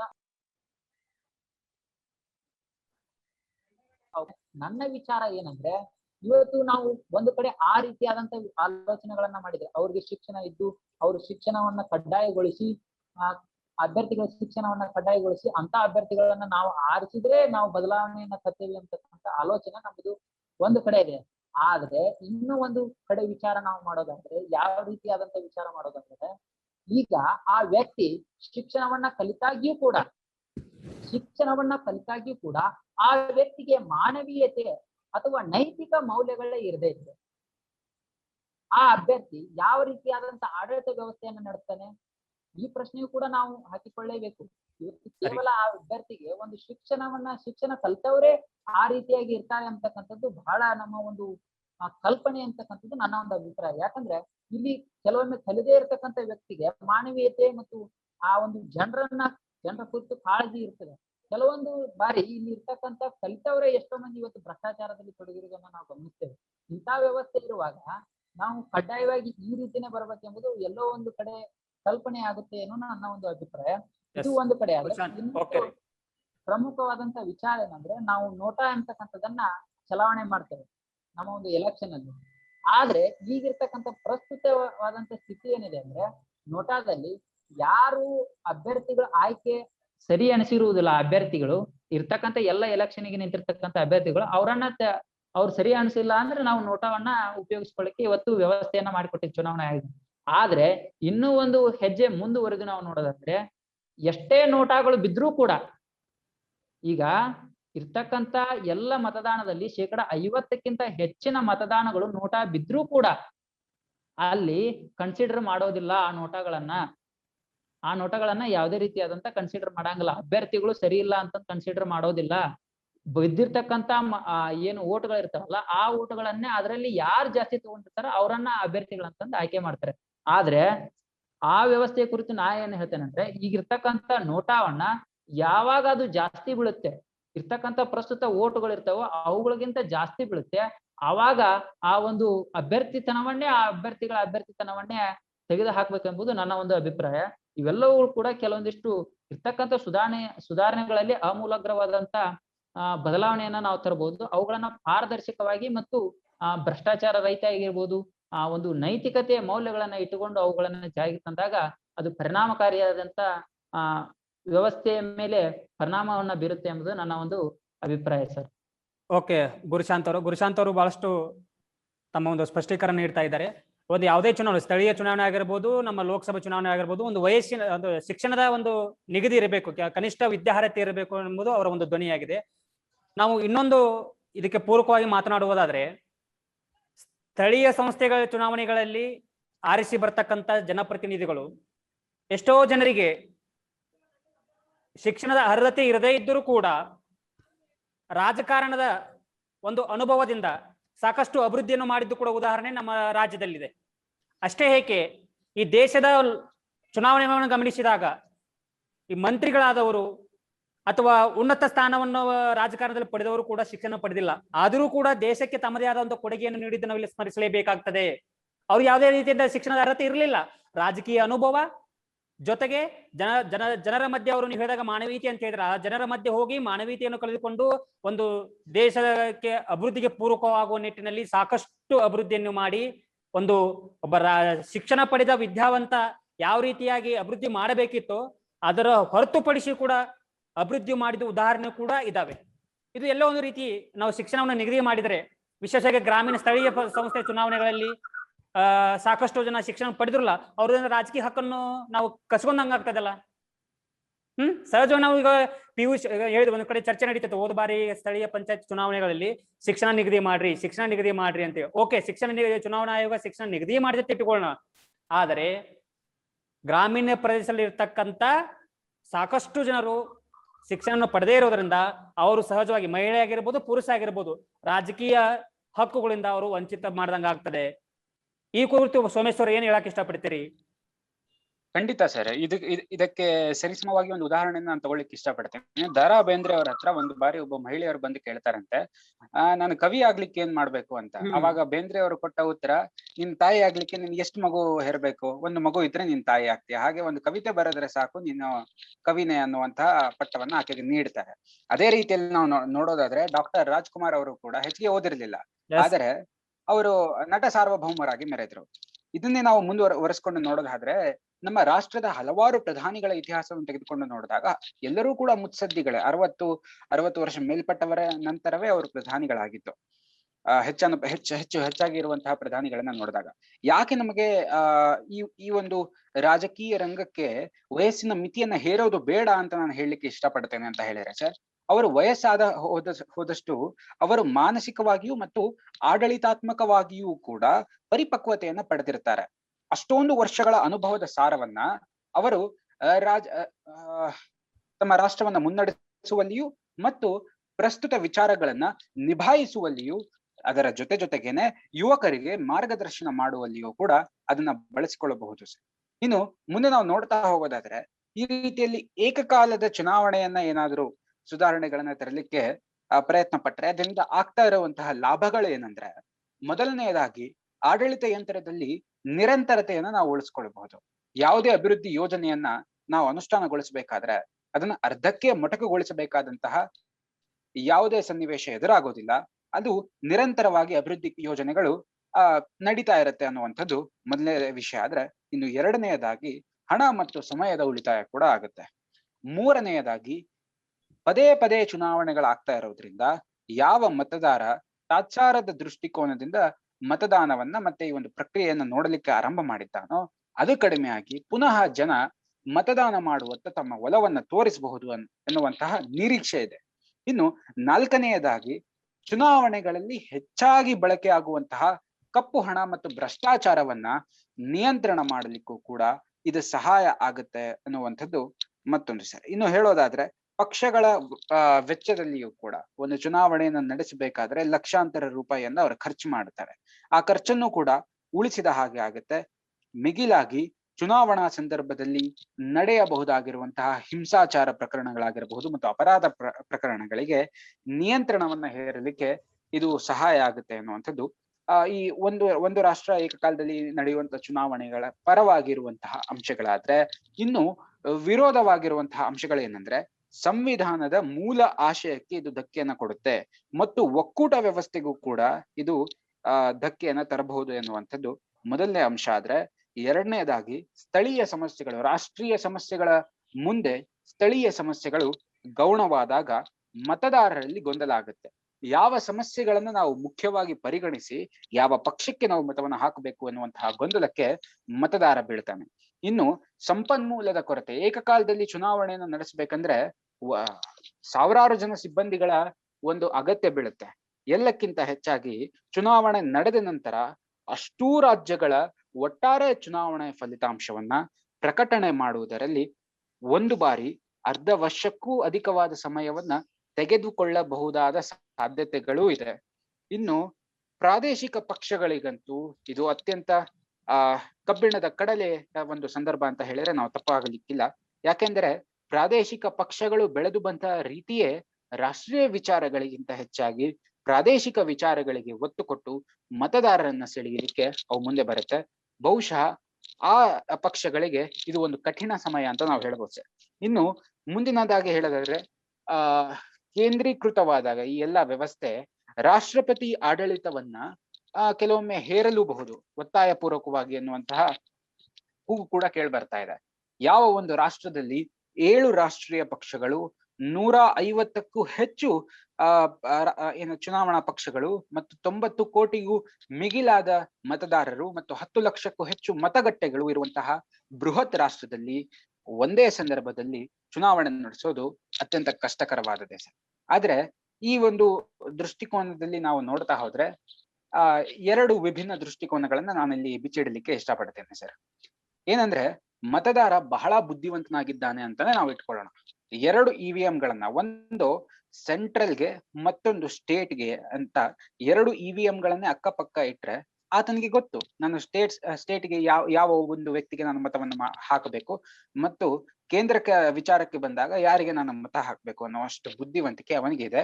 ಹೀಗಾಗಿ ನಾವು ಮತದಾನವನ್ನ ಒಂದೇ ಸಂದರ್ಭದಲ್ಲಿ ಚುನಾವಣೆಗಳನ್ನ ನಡೆಸೋಣ ಅನ್ನುವಂಥದ್ದು ಒಂದು ನಿಲುವಾದ್ರೆ, ಮತ್ತೊಂದು ಕಡೆ ಚುನಾವಣಾ ವೆಚ್ಚವೇ ಮಾನದಂಡವಾಗಿ ನೀವು ಇಟ್ಕೊಳ್ಳೋದಾದ್ರೆ ಈ ಒಂದೇ ಸಂದರ್ಭದಲ್ಲಿ ಚುನಾವಣೆಯನ್ನ ಮಾಡುವುದಕ್ಕೆ ಬದಲಾಗಿ 10 ವರ್ಷಕ್ಕೊಮ್ಮೆ ಚುನಾವಣೆ ಮಾಡಿ, ಯಾಕೆ 5 ವರ್ಷಕ್ಕೆ ಅದನ್ನ ನಿಗದಿಗೊಳಿಸಿದ್ದೀರಾ ಅನ್ನುವಂತಹ ಪ್ರಶ್ನೆ ಕೂಡ ಬರುತ್ತೆ. ಆದ್ರೆ 2019ರಲ್ಲಿ ಈ ಒಂದು ವಿಚಾರಕ್ಕೆ ನಾವು ನೋಡೋದಾದ್ರೆ ಇತ್ತೀಚಿನ ಸಂದರ್ಭಗಳಲ್ಲಿ ನಮ್ಮ ಮತದಾರ ಮತ ಹಾಕಲಿಕ್ಕೆ ಬೇಕಾದಂತ ಕಾರಣ ಏನು? ಒಂದು, ಆತ ಜಾತಿಯನ್ನ ನೋಡ್ತಾನೆ ಅಥವಾ ಧರ್ಮವನ್ನು ನೋಡ್ತಾನೆ, ಪ್ರಾದೇಶಿಕ ವಿಚಾರಗಳನ್ನ ನೋಡ್ತಾನೆ ಅಥವಾ ರಾಷ್ಟ್ರೀಯ ವಿಚಾರಗಳನ್ನು, ಈ ರೀತಿಯ ವಿಚಾರಗಳನ್ನ ಪರಿಗಣನೆಗೆ ತೆಗೆದುಕೊಂಡು ಆತ ಮತವನ್ನ ಹಾಕ್ತಾನೆ. ಈ ರೀತಿಯಲ್ಲಿ ಒಬ್ಬ ಮತದಾರ ಹಾಕ್ತಾ ಇರ್ಬೇಕಾದ್ರೆ ಆಯಾ ಕ್ಷೇತ್ರದ ಮತದಾರರ ಮಾನಸಿಕ ಪ್ರಬುದ್ಧತೆಗೆ ಅನುಗುಣವಾಗಿ ಈ ಎರಡೂ ಚುನಾವಣೆಗಳನ್ನ ಏಕಕಾಲದಲ್ಲಿ ನಡೆಸಿದಾಗ ಆತ ಯಾರಿಗೆ ಮತ ಹಾಕಬಲ್ಲ ಎನ್ನುವಂತಹ ಸಮೀಕ್ಷೆ ನಡೆದಾಗ ಆ ಸಮೀಕ್ಷೆ ಕೊಟ್ಟ ವರದಿ ಏನಂದ್ರೆ 77% ಜನ ಕೇಂದ್ರೀಯ ವಿಚಾರಗಳಿಗೆ ಮತ್ತು ಅದರ ನಿಲುವುಗಳಿಗೆ ಬದ್ಧರಾಗಿ ಆ ಒಂದು ಪಕ್ಷಗಳಿಗೆ, ಅಂದ್ರೆ ರಾಷ್ಟ್ರೀಯ ಸಮಸ್ಯೆಗಳೇ ದೊಡ್ಡದಾಗಿ ಕಂಡಾಗ ಆ ಒಂದು ಸಮಸ್ಯೆಗಳಿಗೆ ಆಧಾರವಾಗಿ ಇಟ್ಟುಕೊಂಡು ಯಾವ ಪಕ್ಷಗಳ ಮತವನ್ನ ಕೇಳುತ್ತೋ ಆ ಪಕ್ಷಕ್ಕೆ ಆತ ಮತವನ್ನ ಚಲಾವಣೆ ಮಾಡ್ತಾನೆ ಅನ್ನುವಂಥದ್ದನ್ನ ಸಮೀಕ್ಷೆಗಳು ಹೇಳುತ್ತೆ ಸರ್. ಆದ್ರೆ ಇದಕ್ಕೆ ವಿರೋಧಾಭಾಸ ಅನ್ಸುವಂತೆ 2019ರಲ್ಲಿ ಒರಿಸ್ಸಾದಲ್ಲಿ ನಡೆದಂತಹ ಲೋಕಸಭೆ ಮತ್ತು ರಾಜ್ಯಸಭೆ ಚುನಾವಣೆಗಳ ಸಂದರ್ಭದಲ್ಲಿ ಮತದಾರ ತೆಗೆದುಕೊಂಡ ನಿಲುವುಗಳನ್ನು ನೋಡೋದಾದ್ರೆ ಲೋಕಸಭೆಗೆ ಆತ ಸಂಪೂರ್ಣವಾಗಿ ಕೇಂದ್ರ ಸರ್ಕಾರಕ್ಕೆ, ಸದ್ಯದ ಬಿಜೆಪಿಗೆ ಆತ ಸಂಪೂರ್ಣ ಬಹುಮತವನ್ನ ಕೊಡ್ತಾನೆ. ಮತ್ತು ರಾಜ್ಯಸಭೆಯ ವಿಚಾರಕ್ಕೆ ಬಂದಾಗ ನವೀನ್ ಪಟ್ನಾಯಕ್ ಅವರನ್ನ ಗೆಲ್ಲಿಸಿದಂತಹ ಈ ಒಂದು ಸಂದರ್ಭ ತೆಗೆದುಕೊಂಡಾಗ ನಮಗೆ ಇದು ವಿರೋಧಾಭಾಸ ಸಂಗತಿ ಅನ್ನುವಂಥದ್ದು ತಿಳಿಯುತ್ತೆ. ಇನ್ನು ಮುಂದುವರಿದಂತೆ ಹೇಳೋದಾದ್ರೆ 1967ರಿಂದ ಸರ್, ಒಂದೇ ಕೊನೆಯದಾಗಿ 1967ರಿಂದ ರಾಷ್ಟ್ರೀಯ ಪಕ್ಷಗಳನ್ನ ಸ್ಥಳೀಯ ಪಕ್ಷಗಳು ಏಕಕಾಲದಲ್ಲಿ ಚುನಾವಣೆಯನ್ನ ನಡೆಸಿದ್ರೆ ಎದುರಿಸಲಿಕ್ಕೆ ಆಗೋದಿಲ್ಲ ಅನ್ನುವಂತಹ ಅಂಶಗಳನ್ನ ಹೇಳ್ತಾರೆ, ಒಂದು ಕಡೆ ಪ್ರಸ್ತಾವನೆ ಮಾಡ್ತಾರೆ. ಆದ್ರೆ ಅದಕ್ಕೆ ವಿರೋಧಾಭಾಸ ಅನ್ಸುವಂತೆ ಡಿಎಂಕೆ ಪಾರ್ಟಿ ಏನಿದೆ, ಪ್ರತಿ ಬಾರಿಯೂ ತಮಿಳುನಾಡಿನಲ್ಲಿ ಇವತ್ತಿನವರೆಗೂ ರಾಷ್ಟ್ರೀಯ ಪಕ್ಷಗಳ ಖಾತೆಯನ್ನ ತೆರೆಯಲಿಕ್ಕೆ ಸಾಧ್ಯ ಆಗಿಲ್ಲ, ಅಷ್ಟರ ಮಟ್ಟಿಗೆ ಪ್ರಬಲವಾಗಿ ಬೆಳೆದು ನಿಂತಿದೆ. ಆದರೆ ಕೆಲವೊಂದು ಪ್ರದೇಶಗಳಲ್ಲಿ ಸ್ಥಳೀಯ ಪಕ್ಷಗಳು ರಾಷ್ಟ್ರೀಯ ಪಕ್ಷಗಳನ್ನು ಎದುರಿಸಲಿಕ್ಕೆ ಸಾಧ್ಯ ಆಗ್ತಾ ಇಲ್ಲ. ಅದಕ್ಕೆ ಕಾರಣ ಜಾತಿ, ಕುಟುಂಬ ಮತ್ತು ಕೆಲವು ಸಿದ್ಧಾಂತಗಳಿಗೆ ತಮ್ಮನ್ನ ತಾವು ಒಗ್ಗಿಕೊಂಡಿರೋದೇ ಆ ಸ್ಥಳೀಯ ಪಕ್ಷಗಳು ಬೆಳೆದೇ ಇರೋದಕ್ಕೆ ಕಾರಣ ಎನ್ನುವಂತ ವಿಚಾರ ಇದೆ ಸರ್. ಹೀಗಾಗಿ ಒಂದು ಪಕ್ಷದಲ್ಲಿ ಒಂದು ವಿಚಾರದಲ್ಲಿ ಅವರು ರಾಷ್ಟ್ರೀಯ ಚುನಾವಣೆ ನಡೆಸಿದ್ದೇ ಆದಲ್ಲಿ ಈ ಪಕ್ಷಗಳ ಸ್ಥಳೀಯ ಮಟ್ಟದಲ್ಲಿ ಏನಿದೆ ಅವುಗಳು ಜಾತಿ, ಕುಟುಂಬ ಇತ್ಯಾದಿ ವಿಚಾರಗಳನ್ನ ಮೀರಿ ಬೆಳೆಯಲಿಕ್ಕೆ ಆ ಪಕ್ಷಗಳಿಗೂ ಒಂದು ರೀತಿಯಲ್ಲಿ ಪ್ರೋತ್ಸಾಹ ಕೊಟ್ಟ ಹಾಗೆ ಆಗಬಹುದೇನೋ ಅನ್ನುವಂಥ ಮಗದ ದೃಷ್ಟಿಕೋನ ಇದೆ. ಓಕೆ, ಇಲ್ಲಿವರೆಗೆ 3 ಜನ ಅತಿಥಿಗಳು ಈ ಚುನಾವಣಾ ಆಯೋಗ ಸುಧಾರಣೆ ತಂದಂತ ಹಲವು ಕ್ರಮಗಳ ಕುರಿತು ಹಾಗೂ ಇನ್ನ ಸುಧಾರಣೆ ಆಗಬೇಕಂತ ಅಂಶಗಳ ಕುರಿತು ಸಾಕಷ್ಟು ಬೆಳಕನ್ನು ಚೆಲ್ಲಿದ್ರೆ. ಆದ್ರೆ ಕೊನೆಯದಾಗಿ ಹೇಳುವುದಾದ್ರೆ, ಚುನಾವಣಾ ಆಯೋಗವು ಆಳುವ ಪಕ್ಷದ ಕೈಗೊಂಬೆಯಂತೆ ವರ್ತಿಸುತ್ತದೆ ಎಂಬ ಆರೋಪ ಕೂಡ ಕೇಳಿ ಬಂದಿದೆ. ಇದು ಪಂಚರಾಜ್ಯ ಚುನಾವಣೆಗಳಲ್ಲಿ ಕೂಡ ಪ್ರಚಲಿತರಿರತಕ್ಕಂಥ ಒಂದು ವಿದ್ಯಮಾನ. ಈ ಒಂದು ವಿಷಯ ಕುರಿತು ಗುರುನಾಥ್ ಅವರು ಏನ್ ಹೇಳಕ್ ಇಷ್ಟಪಡ್ತೀರಿ? ಕೇವಲ 2 ನಿಮಿಷಗಳಲ್ಲಿ, 2 ಮಾತುಗಳಲ್ಲಿ. ಹೌದು ಸರ್, ಖಂಡಿತ. ಚುನಾವಣಾ ಆಯೋಗವು ಆಳುವ ಪಕ್ಷದ ಕೈಗೊಂಬೆಯಂತೆ ವರ್ತಿಸುತ್ತದೆ ಎಂಬ ಆರೋಪ ಇಲ್ಲಿ ಸರ್ ನಾವು ಬಹಳ ವಿಶೇಷವಾಗಿ ಗಮನಿಸ್ಬೇಕು. ಯಾಕಂದ್ರೆ ಯಾವುದೇ ರಾಜಕೀಯ ಪಕ್ಷಗಳು ಅವ್ರಿಗೆ ಬೇಕಾದಂತ ಸಿದ್ಧಾಂತಗಳನ್ನ ಇಟ್ಟುಕೊಂಡು ಬಂದ್ರೂ ಕೂಡ ಇಲ್ಲಿ ಪ್ರಜೆಗಳು ಪ್ರಜ್ಞಾವಂತರಾಗ್ಬೇಕು. ಯಾಕೆ ಅಂದ್ರೆ ಇದು ಪ್ರಜಾಪ್ರಭುತ್ವ ವ್ಯವಸ್ಥೆ. ನಾವು ಒಂದು ಕಡೆ ಬಹಳಷ್ಟು ಕಡೆ ಕೇಳ್ತಿರ್ತೇವೆ ಯಥಾ ರಾಜ ತಥಾ ಪ್ರಜಾ ಅಂತ ಹೇಳಿ. ಆದ್ರೆ ನಮ್ಮ ಪ್ರಜಾಪ್ರಭುತ್ವಕ್ಕೆ ನಾವು ಹೋಲಿಸಿ ನೋಡಿದಾಗ ಅದನ್ನ ಸ್ವಲ್ಪ ಬೇರೆ ರೀತಿಯಾಗಿ ವ್ಯಾಖ್ಯಾನ ಮಾಡ್ಬೋದು ಅಂತ ನನ್ನ ಅಭಿಪ್ರಾಯ. ಅದನ್ನ ಯಾವ ರೀತಿ ಮಾಡ್ಬೋದಂದ್ರೆ ಯಥಾ ಪ್ರಜಾ ತಥಾ ರಾಜ ಎಂತಕ್ಕಂಥದ್ದನ್ನು ನಾವು ಈ ಒಂದು ಪ್ರಜಾಪ್ರಭುತ್ವ ವ್ಯವಸ್ಥೆಗೆ ಹೋಲಿಸಿ ಹೇಳ್ಬೋದು. ಯಾಕಂದ್ರೆ ಇಲ್ಲಿ ಎಲ್ಲ ಅಧಿಕಾರಗಳು ಯಾರ ಕೈಯಲ್ಲಿ ಇರ್ತವೆ ಅಂದ್ರೆ ಪ್ರಜೆಗಳ ಕೈಯಲ್ಲಿ ಇರ್ತವೆ. ಮತದಾನ ನೀಡುವಂತ ಅಧಿಕಾರ, ನಮಗೆ ಬೇಕಾದಂತ ಅಭ್ಯರ್ಥಿಗಳನ್ನ ಆಯ್ಕೆ ಮಾಡಿಕೊಳ್ಳುವಂತ ಅಧಿಕಾರ, ಎಲ್ಲ ಅಧಿಕಾರಗಳು ಯಾರಿಗಿರ್ತವೆ ಅಂದ್ರೆ ಪ್ರಜೆಗಳಿಗೆ ಇರ್ತವೆ. ಇಲ್ಲಿ ಪ್ರಜೆಗಳೇ ಇಲ್ಲಿ ಏನಾಗಿರ್ತಾರೆ, ಅಂತಿಮ ನಿರ್ಣಾಯಕರಾಗಿರ್ತಾರೆ. ಅವರಿಗೆ ಮುಕ್ತವಾದಂತ ಅವಕಾಶ ಇರ್ತವೆ. ಇಲ್ಲಿ ಬೇಕಾದಂತ ಒಂದು ರಾಜಕೀಯ ಪಕ್ಷಗಳು ಬೇಕಾದಂತ ತಮ್ಮ ಆಟಗಳನ್ನು ಆಡಿದ್ರು ಕೂಡ ಅವರ ಉದ್ದೇಶ ಅವರ ಗೆಲುವು. ಆದ್ರೆ ಇಲ್ಲಿ ಪ್ರಜೆಗಳು ಯಾರು ಧರ್ಮ ನಿರಪೇಕ್ಷವಾಗಿರ್ತಾರೋ, ಯಾರು ಜಾತಿಯನ್ನ ಹೊರತುಪಡಿಸಿರ್ತಾರೋ, ಯಾರು ದೇಶದ ಏಳಿಗೆಗೆ ದುಡಿಲು ಅವಿರತವಾದಂತ ಶ್ರಮವನ್ನ ಹಾಕ್ತಾ ಇರ್ತಾರೋ ಅಂತ ಪ್ರಜೆಗಳ ಕುರಿತು ಇವತ್ತು ಆ ರೀತಿಯಾದಂತ ಪ್ರಜೆಗಳನ್ನ ಆರಿಸಿ ತರುವಲ್ಲಿ ಇವತ್ತು ಪ್ರಜೆಗಳು ವಿಚಾರವನ್ನ ಮಾಡ್ಬೇಕು. ಎಲ್ಲದಕ್ಕಿಂತ ಮುಖ್ಯವಾಗಿ ಇಲ್ಲಿ ಏನಂದ್ರೆ ಇವತ್ತು ಪ್ರಜೆಗಳ ಸಹಭಾಗಿತ್ವ ಇಲ್ಲದೆ ಯಾವ ಚುನಾವಣಾ ಆಯೋಗವೂ ಕೂಡ ಏನನ್ನು ಮಾಡಲು ಅಸಾಧ್ಯ ಅಂತಕ್ಕಂಥದ್ದನ್ನು ನಾವು ಬಹಳ ಸ್ಪಷ್ಟವಾಗಿ ಗಮನಿಸಬೇಕು. ಯಾಕಂದ್ರೆ ಇವತ್ತು ಪ್ರಜೆಗಳು ತಮ್ಮ ಓಟುಗಳನ್ನ ಯಾವ್ದಾವ್ದೋ ಒಂದು ವಿಷಯಕ್ಕೆ ಮಾರಿಕೊಳ್ತಾ ಇರತಕ್ಕಂಥದ್ದನ್ನ ನಾವು ಬಹಳ ಒಂದು ವಿಪರ್ಯಾಸದ ಸಂಗತಿನೇ ಅಂತ ಹೇಳ್ಬೋದು. ಆ ರೀತಿಯಾದಂತ ಪ್ರಜೆಗಳು ಇರುವುದರಿಂದ ಇವತ್ತು ಈ ರೀತಿಯಾದಂತ ಎಲ್ಲ ಸುಧಾರಣೆಗಳ ಕುರಿತು ನಾವು ಮಾತನಾಡ್ಬೇಕಾಗುತ್ತೆ. ಆದ್ರೆ ಆ ಪ್ರಜೆಗಳು ನಾವು ಯಾವಾಗ ಒಂದು ಪರಿಪಕ್ವತೆಯಿಂದ ವಿಚಾರವನ್ನ ಮಾಡ್ತಾ ಇದ್ವಿ ಅವಾಗ ಇವೆಲ್ಲ ಬದಲಾವಣೆಗಳನ್ನ ನಾವು ಇಲ್ಲಿ ಗಮನಿಸಬಹುದು. ಎಲ್ಲದಕ್ಕಿಂತ ಮುಖ್ಯವಾಗಿ ಏನಂದ್ರೆ ಪಾರದರ್ಶಕವಾಗಿ ಇವತ್ತು ಎಲೆಕ್ಷನ್ಗಳು ಪಾರದರ್ಶಕವಾಗಿ ನಡೀಬೇಕು. ಏನಾಗ್ತಾ ಇದೆ ಅಂದ್ರೆ ಇವತ್ತು ಹಣಬಲ, ತೋಳ್ಬಲ ಇವೆಲ್ಲದರ ಮುಖಾಂತರ ಇವತ್ತು ಎಲೆಕ್ಷನ್ಗಳು ನಡೀತಾ ಇರುವುದರಿಂದ ಇದು ಒಂದು ರೀತಿಯಾದಂತ ವಿಪರ್ಯಾಸ ಅಂತ ಹೇಳ್ಬೋದು. ಯಾಕಂದ್ರೆ ಇವತ್ತು ಬಡವರಾಗಿ ಹೇಳ್ತಿರ್ತಾರೆ, ಎಷ್ಟೋ ಮಂದಿಗೆ ಅವಕಾಶಗಳು ಸಿಗ್ತಾ ಇಲ್ಲ. ಆದ್ರೆ ಕೆಲವೊಂದು ಕಡೆ ವಿಪರ್ಯಾಸವೆಂಬಂತೆ ಅದು ಕೂಡ ಆಗಿದೆ. ಬಡವರು ಕೂಡ ಆರಿಸಿ ಬಂದಿದ್ದನ್ನ ನಾವು ನೋಡ್ಬೋದು. ಇವತ್ತು ಪ್ರಧಾನಿ ಆಗಿರ್ಬೋದು, ಇನ್ನಿತರ ವ್ಯಕ್ತಿಗಳಾಗಿರ್ಬೋದು, ಎಲ್ಲರೂ ಕೂಡ ಅವರ ಒಂದು ವ್ಯಕ್ತಿತ್ವದ ಮೂಲಕ ಆರಿಸಿ ಬಂದಿರುವುದನ್ನ ನೋಡ್ತೇವೆ. ಇಲ್ಲಿ ಮುಖ್ಯವಾಗುವುದು ವ್ಯಕ್ತಿತ್ವ ಹೊರತು ಮತ್ತು ಯಾವುದೇ ರೀತಿಯಾದಂತ ಈ ರೀತಿ ವಿಚಾರಗಳಲ್ಲ ಎಂಬುದು ನನ್ನ ಒಂದು ಅಭಿಪ್ರಾಯ. ಓಕೆ ಥ್ಯಾಂಕ್ ಯು ಗುರುಶಾಂತ್ ಅವರೇ. ಮೃತ್ಯುಂಜಯ ಅವರೇ, ಕೊನೆಯದಾಗಿ ನೀವು ಇಷ್ಟಪಡ್ತೀರಿ? ಖಂಡಿತ ಸರ್, ನೀವು ಹೇಳಿದ್ರಿ ಆಗ್ಲೇ ಚುನಾವಣಾ ಆಯೋಗ ಎಲ್ಲೋ ರಾಜಕೀಯ ಪಕ್ಷಗಳ ಅಥವಾ ಆಡಳಿತ ಪಕ್ಷದ ಕೈಗೊಂಬೆ ಆಗ್ಬಿಟ್ಟಿದೆ ಏನೋ ಅಂತ ಹೇಳಿ ಆ ಒಂದು ಆತಂಕ ನನಗೂ ಕೂಡ ಇದೆ. ಯಾಕಂತಂದ್ರೆ ಯಾವಾಗ ಚುನಾವಣಾ ಆಯೋಗ ಆಗ್ಲಿ ಮತ್ತೊಂದು ಸಾಂವಿಧಾನಿಕ ಸಂಸ್ಥೆ ಆಗ್ಲಿ ಅದು ಸ್ವತಂತ್ರವಾಗಿ ತನ್ನ ಅಧಿಕಾರವನ್ನ ಚಲಾಯಿಸುತ್ತೋ, ನಿಷ್ಪಕ್ಷಪಾತವಾಗಿ ತನ್ನ ಅಧಿಕಾರವನ್ನ ಚಲಾಯಿಸುತ್ತೋ, ಅದಕ್ಕಿರುವಂತಹ ಮಹತ್ವ ಕೂಡ ಹೆಚ್ಚಾಗುತ್ತೆ. ಅದಕ್ಕಾಗಿ ಒಂದು ಪ್ರಮುಖವಾದಂತಹ ವಿಚಾರ ಏನು ಅಂತಂದ್ರೆ ಇತ್ತೀಚೆಗೆ ನಾವು ಬಹಳ ಪ್ರಮುಖವಾದಂತಹ ಘಟನೆಯನ್ನು ಕೂಡ ನೋಡಿದೀವಿ ಮೈಸೂರಿನಲ್ಲೂ ಕೂಡ. ಸೊ ಯಾವಾಗ ಈ ರಾಜಕೀಯ ಈ ಶಾಶ್ವತ ಕಾರ್ಯಾಂಗದಲ್ಲಿ ಹಸ್ತಕ್ಷೇಪ ಮಾಡುತ್ತೋ ಅವಾಗ ಬಹುಶಃ ಅದರ ಒಂದು ಅಸ್ತಿತ್ವ, ಶಾಶ್ವತ ಕಾರ್ಯಾಂಗದ ಅಸ್ತಿತ್ವ ಬಹುಶಃ ಒಂದು ಕ್ಷಣ ಅಲ್ಲಾಡತ್ತೆ ಅನ್ನುವಂಥದ್ದು. ಹಾಗಾಗಿ ಅದಕ್ಕೆ ಸಂಬಂಧಪಟ್ಟಂತೆ ಒಂದು ಪಾರದರ್ಶಕತೆ ಬರಬೇಕು ಅಂತಂದ್ರೆ ಮತ್ತೊಂದು ಚುನಾವಣಾ ಸುಧಾರಣೆ ಅವಶ್ಯಕತೆ ಇದೆ. ಏನು ಅಂತಂದ್ರೆ ರಾಜಕೀಯ ಪಕ್ಷಗಳು ಶಾಶ್ವತ ಕಾರ್ಯಾಂಗದಲ್ಲಿ ಹಸ್ತಕ್ಷೇಪ ಮಾಡದಂತಹ ಒಂದು ಕಟ್ಟುನಿಟ್ಟಾದ ಕಾನೂನಿನ ಅವಶ್ಯಕತೆ ಇದ್ದೇ ಇದೆ. ಅದು ಬಹಳ ಪ್ರಮುಖವಾಗಿರುವಂತದ್ದು. ಇನ್ನೊಂದು ಪ್ರಮುಖವಾಗಿ ಈ ವಿಷಯಕ್ಕೆ ಸಂಬಂಧಪಟ್ಟಂತೆ ಇದಾದ್ರೆ ಇನ್ನೊಂದು 2-3 ವಿಚಾರಗಳನ್ನ ನಾವು ಸುಧಾರಣೆಗಳಿಗೆ ಸಂಬಂಧಪಟ್ಟಂತೆ ನೋಡೋದಾದ್ರೆ ರಾಜ್ಯವೇ ಚುನಾವಣಾ ವೆಚ್ಚವನ್ನ ಭರಿಸುವಂತದ್ದು ಒಂದು ಬಹಳ ಪ್ರಮುಖವಾದಂತಹ ಸುಧಾರಣೆ ಇದು. ಇದು ವಾಂಚು ಮತ್ತು ತಾರ್ಕುಂಡೆ ಸಮಿತಿಗಳು ಈ ಕುರಿತು ಶಿಫಾರಸನ್ನ ಮಾಡಿದ್ವು. 1998ರಲ್ಲಿ ಬಂದಂತಹ ಇಂದ್ರಜಿತ್ ಗುಪ್ತ ಸಮಿತಿ ಇದಕ್ಕೆ ಸಂಬಂಧಪಟ್ಟಂತಹ ಕೆಲವೊಂದಿಷ್ಟು ರೂಪುರೇಷೆಗಳನ್ನ ಸಿದ್ಧಪಡಿಸಿ ಸರ್ಕಾರಕ್ಕೆ ಸಲ್ಲಿಸ್ತು. ಇದು ಒಟ್ಟು ಕೇಂದ್ರ ಸರ್ಕಾರ 600 ಕೋಟಿ ಮತ್ತು ಉಳಿದಂತಹ ಎಲ್ಲ ರಾಜ್ಯಗಳು ಸೇರಿ 600 ಕೋಟಿ ರೂಪಾಯಿಯನ್ನ ನಿಧಿಯನ್ನ ಸಂಗ್ರಹಿಸಿ ಆಯಾ ಚುನಾವಣೆಗೆ ಸಂಬಂಧಪಟ್ಟಂತಹ ಒಂದು ವೆಚ್ಚ ಏನಿದೆ ಅದನ್ನ ಸರ್ಕಾರಗಳು ಭರಿಸಬೇಕು ಅನ್ನುವಂಥದ್ದು. ಅದು ಹಣದ ರೂಪದಲ್ಲಿ ಇರ್ಲಾರ್ದೆ ವಸ್ತುಗಳ ರೂಪದಲ್ಲಿ ಕೊಡ್ಬೇಕು ಅನ್ನುವಂಥದ್ದು. ಜೊತೆಗೆ ಚುನಾವಣೆ ಮುಗಿದ ನಂತರ ಸಂಪೂರ್ಣ ಆ ಒಂದು ಚುನಾವಣಾ ವೆಚ್ಚದ ಪಟ್ಟಿಯನ್ನ ಮತ್ತೆ ಜಿಲ್ಲಾಧಿಕಾರಿಗಳಿಗೆ ಸಲ್ಲಿಸುವಂತದ್ದು ಬಹಳ ಪ್ರಮುಖವಾದಂತಹ ಒಂದು ಸುಧಾರಣೆ. ಇನ್ನೊಂದು 2013ರಲ್ಲಿ ನೋಟಾ ಜಾರಿಗೆ ತಂದ್ರು. ಆಗ್ಲೇ ಗುರುಶಾಂತ್ ಅವರು ಹೇಳಿದ್ರು. ಕಳೆದ ಲೋಕಸಭಾ ಚುನಾವಣೆಯನ್ನ ನೋಡೋದಾದ್ರೆ 1.05% ಜನ ನೋಟಾವನ್ನ ಉಪಯೋಗಿಸಿದ್ದಾರೆ. ಅಂದ್ರೆ 1000 ಮಂದಿಯಲ್ಲಿ 104 ಜನ ನೋಟಾವನ್ನ ಒತ್ತಿದ್ದಾರೆ ಅನ್ನೋದನ್ನ ನಾವು ಇಲ್ಲಿ ಗಮನಿಸಬಹುದು. ಬಹಳ ಪ್ರಮುಖವಾದಂತಹ ಮತ್ತೊಂದು ಸುಧಾರಣೆ ಅಂತಂದ್ರೆ ನೀವಾಗ್ಲೇ ಹೇಳಿದಂಗೆ ಪ್ರಜಾಪ್ರತಿನಿಧಿ ಕಾಯ್ದೆ ಅನ್ವಯ ಗರಿಷ್ಠ 2 ಕ್ಷೇತ್ರದಲ್ಲಿ ಒಬ್ಬ ಅಭ್ಯರ್ಥಿ ಪ್ರತಿನಿಧಿಸುವುದು ಅಥವಾ ಸ್ಪರ್ಧಿಸುವುದು ಬಹಳ ಪ್ರಮುಖವಾಗಿರುವಂತಹ ಒಂದು ಸುಧಾರಣೆ. ಇನ್ನೊಂದು ವೇತನ ಸಹಿತ ರಜೆಯನ್ನೇ ಕೊಡ್ತಾ ಇರುವಂತದ್ದು. ಮತವನ್ನ ನೀಡಲಿಕ್ಕೆ ಉದ್ಯೋಗಿಗಳಿಗೆ ವೇತನ ಸಹಿತ ರಜೆಯನ್ನ ಕೊಡ್ತಾ ಇರುವಂತದ್ದು ಬಹಳ ಪ್ರಮುಖವಾಗಿರುವಂತಹ ಒಂದು ಚುನಾವಣಾ ಸುಧಾರಣೆ ಅಂತ ಹೇಳಿಕ್ಕೆ ಇಷ್ಟಪಡ್ತೀನಿ. ಮತ್ತೊಂದು 2013ರಲ್ಲಿ ಜಾರಿಗೊಳಿಸಿರುವಂತಹ ಅಂಚೆ ಮತದಾನ ವ್ಯವಸ್ಥೆ. ಯಾವುದೇ ಒಬ್ಬ ವ್ಯಕ್ತಿ ತನ್ನ ಹುಟ್ಟೂರಿನಲ್ಲಿ ಇಲ್ಲ ಅಂತಂದ್ರೆ ಆತ ಬೇರೆ ಕಡೆಯಿಂದ ಅಂಚೆ ಮೂಲಕ ತನ್ನ ಮತವನ್ನ ಹಾಕಿ ತನ್ನ ರಾಜಕೀಯ ಹಕ್ಕನ್ನ ಪಡಿಬೇಕು ಅನ್ನುವಂತ ಉದ್ದೇಶದಿಂದ 2013ರಲ್ಲಿ ಅಂಚೆ ಮತದಾನ ವ್ಯವಸ್ಥೆಯನ್ನು ಕೂಡ ಕಲ್ಪಿಸಿಕೊಟ್ಟಿರುವಂತದ್ದು.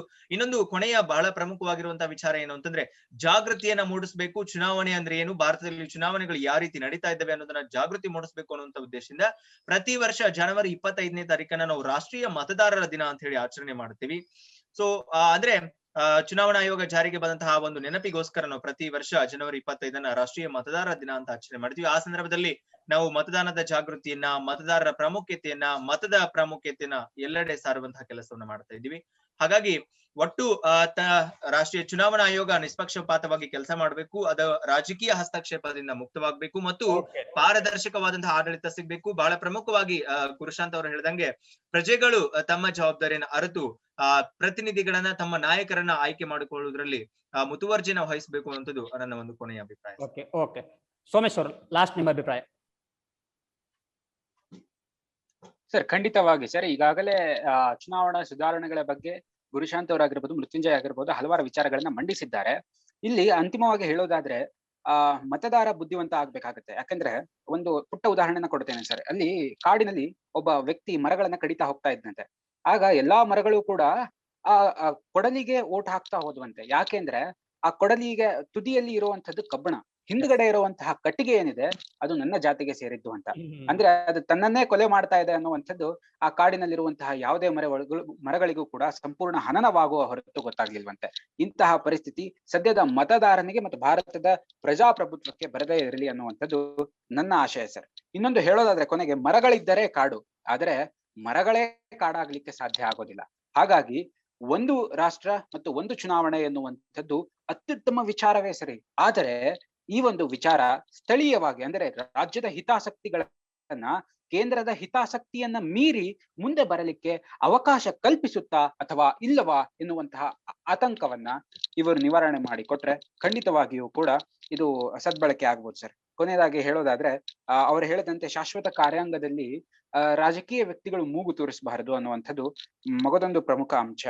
ಕೊನೆಯದಾಗಿ ಹೇಳೋದಾದ್ರೆ ಅಟಲ್ ಜಿ ಅವರು ಒಂದು ಮಾತನ್ನ ಹೇಳ್ತಾರೆ ಸರ್ ಅಂತಿಮವಾಗಿ, ಭಾರತದಲ್ಲಿ ಸರ್ಕಾರಗಳು ಬರುತ್ತೆ, ಸರ್ಕಾರಗಳು ಹೋಗುತ್ತೆ, ಆದರೆ ಪ್ರಜಾತಂತ್ರ ವ್ಯವಸ್ಥೆ ಅನ್ನೋದೇನಿದೆ ಅದನ್ನ ಜೀವಂತವಾಗಿಡೋಣ, ಅಂತಿಮವಾಗಿ ಭಾರತದ ಅಭಿವೃದ್ಧಿಯತ್ತ ನಾವೆಲ್ಲರೂ ದಾಪುಗಾಲಿಡೋಣ ಅಂತ ಇಷ್ಟೇ ಮಾತನ್ನ ನಾನು ಹೇಳಿಕ್ಕೆ ಇಷ್ಟಪಡ್ತೀನಿ.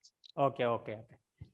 ಇಷ್ಟು ಇಲ್ಲಿಯವರೆಗೆ ನಮ್ಮ 3 ಜನ ಅತಿಥಿಗಳು ಈ ಒಂದು ಭಾರತದ ಚುನಾವಣಾ ಸುಧಾರಣೆ ಕುರಿತು ತಮ್ಮದೇ ಆದಂತ ಹಲವಾರು ಅಭಿಪ್ರಾಯಗಳನ್ನು ನಮ್ಮೊಂದಿಗೆ ಹಂಚಿಕೊಂಡ್ರು.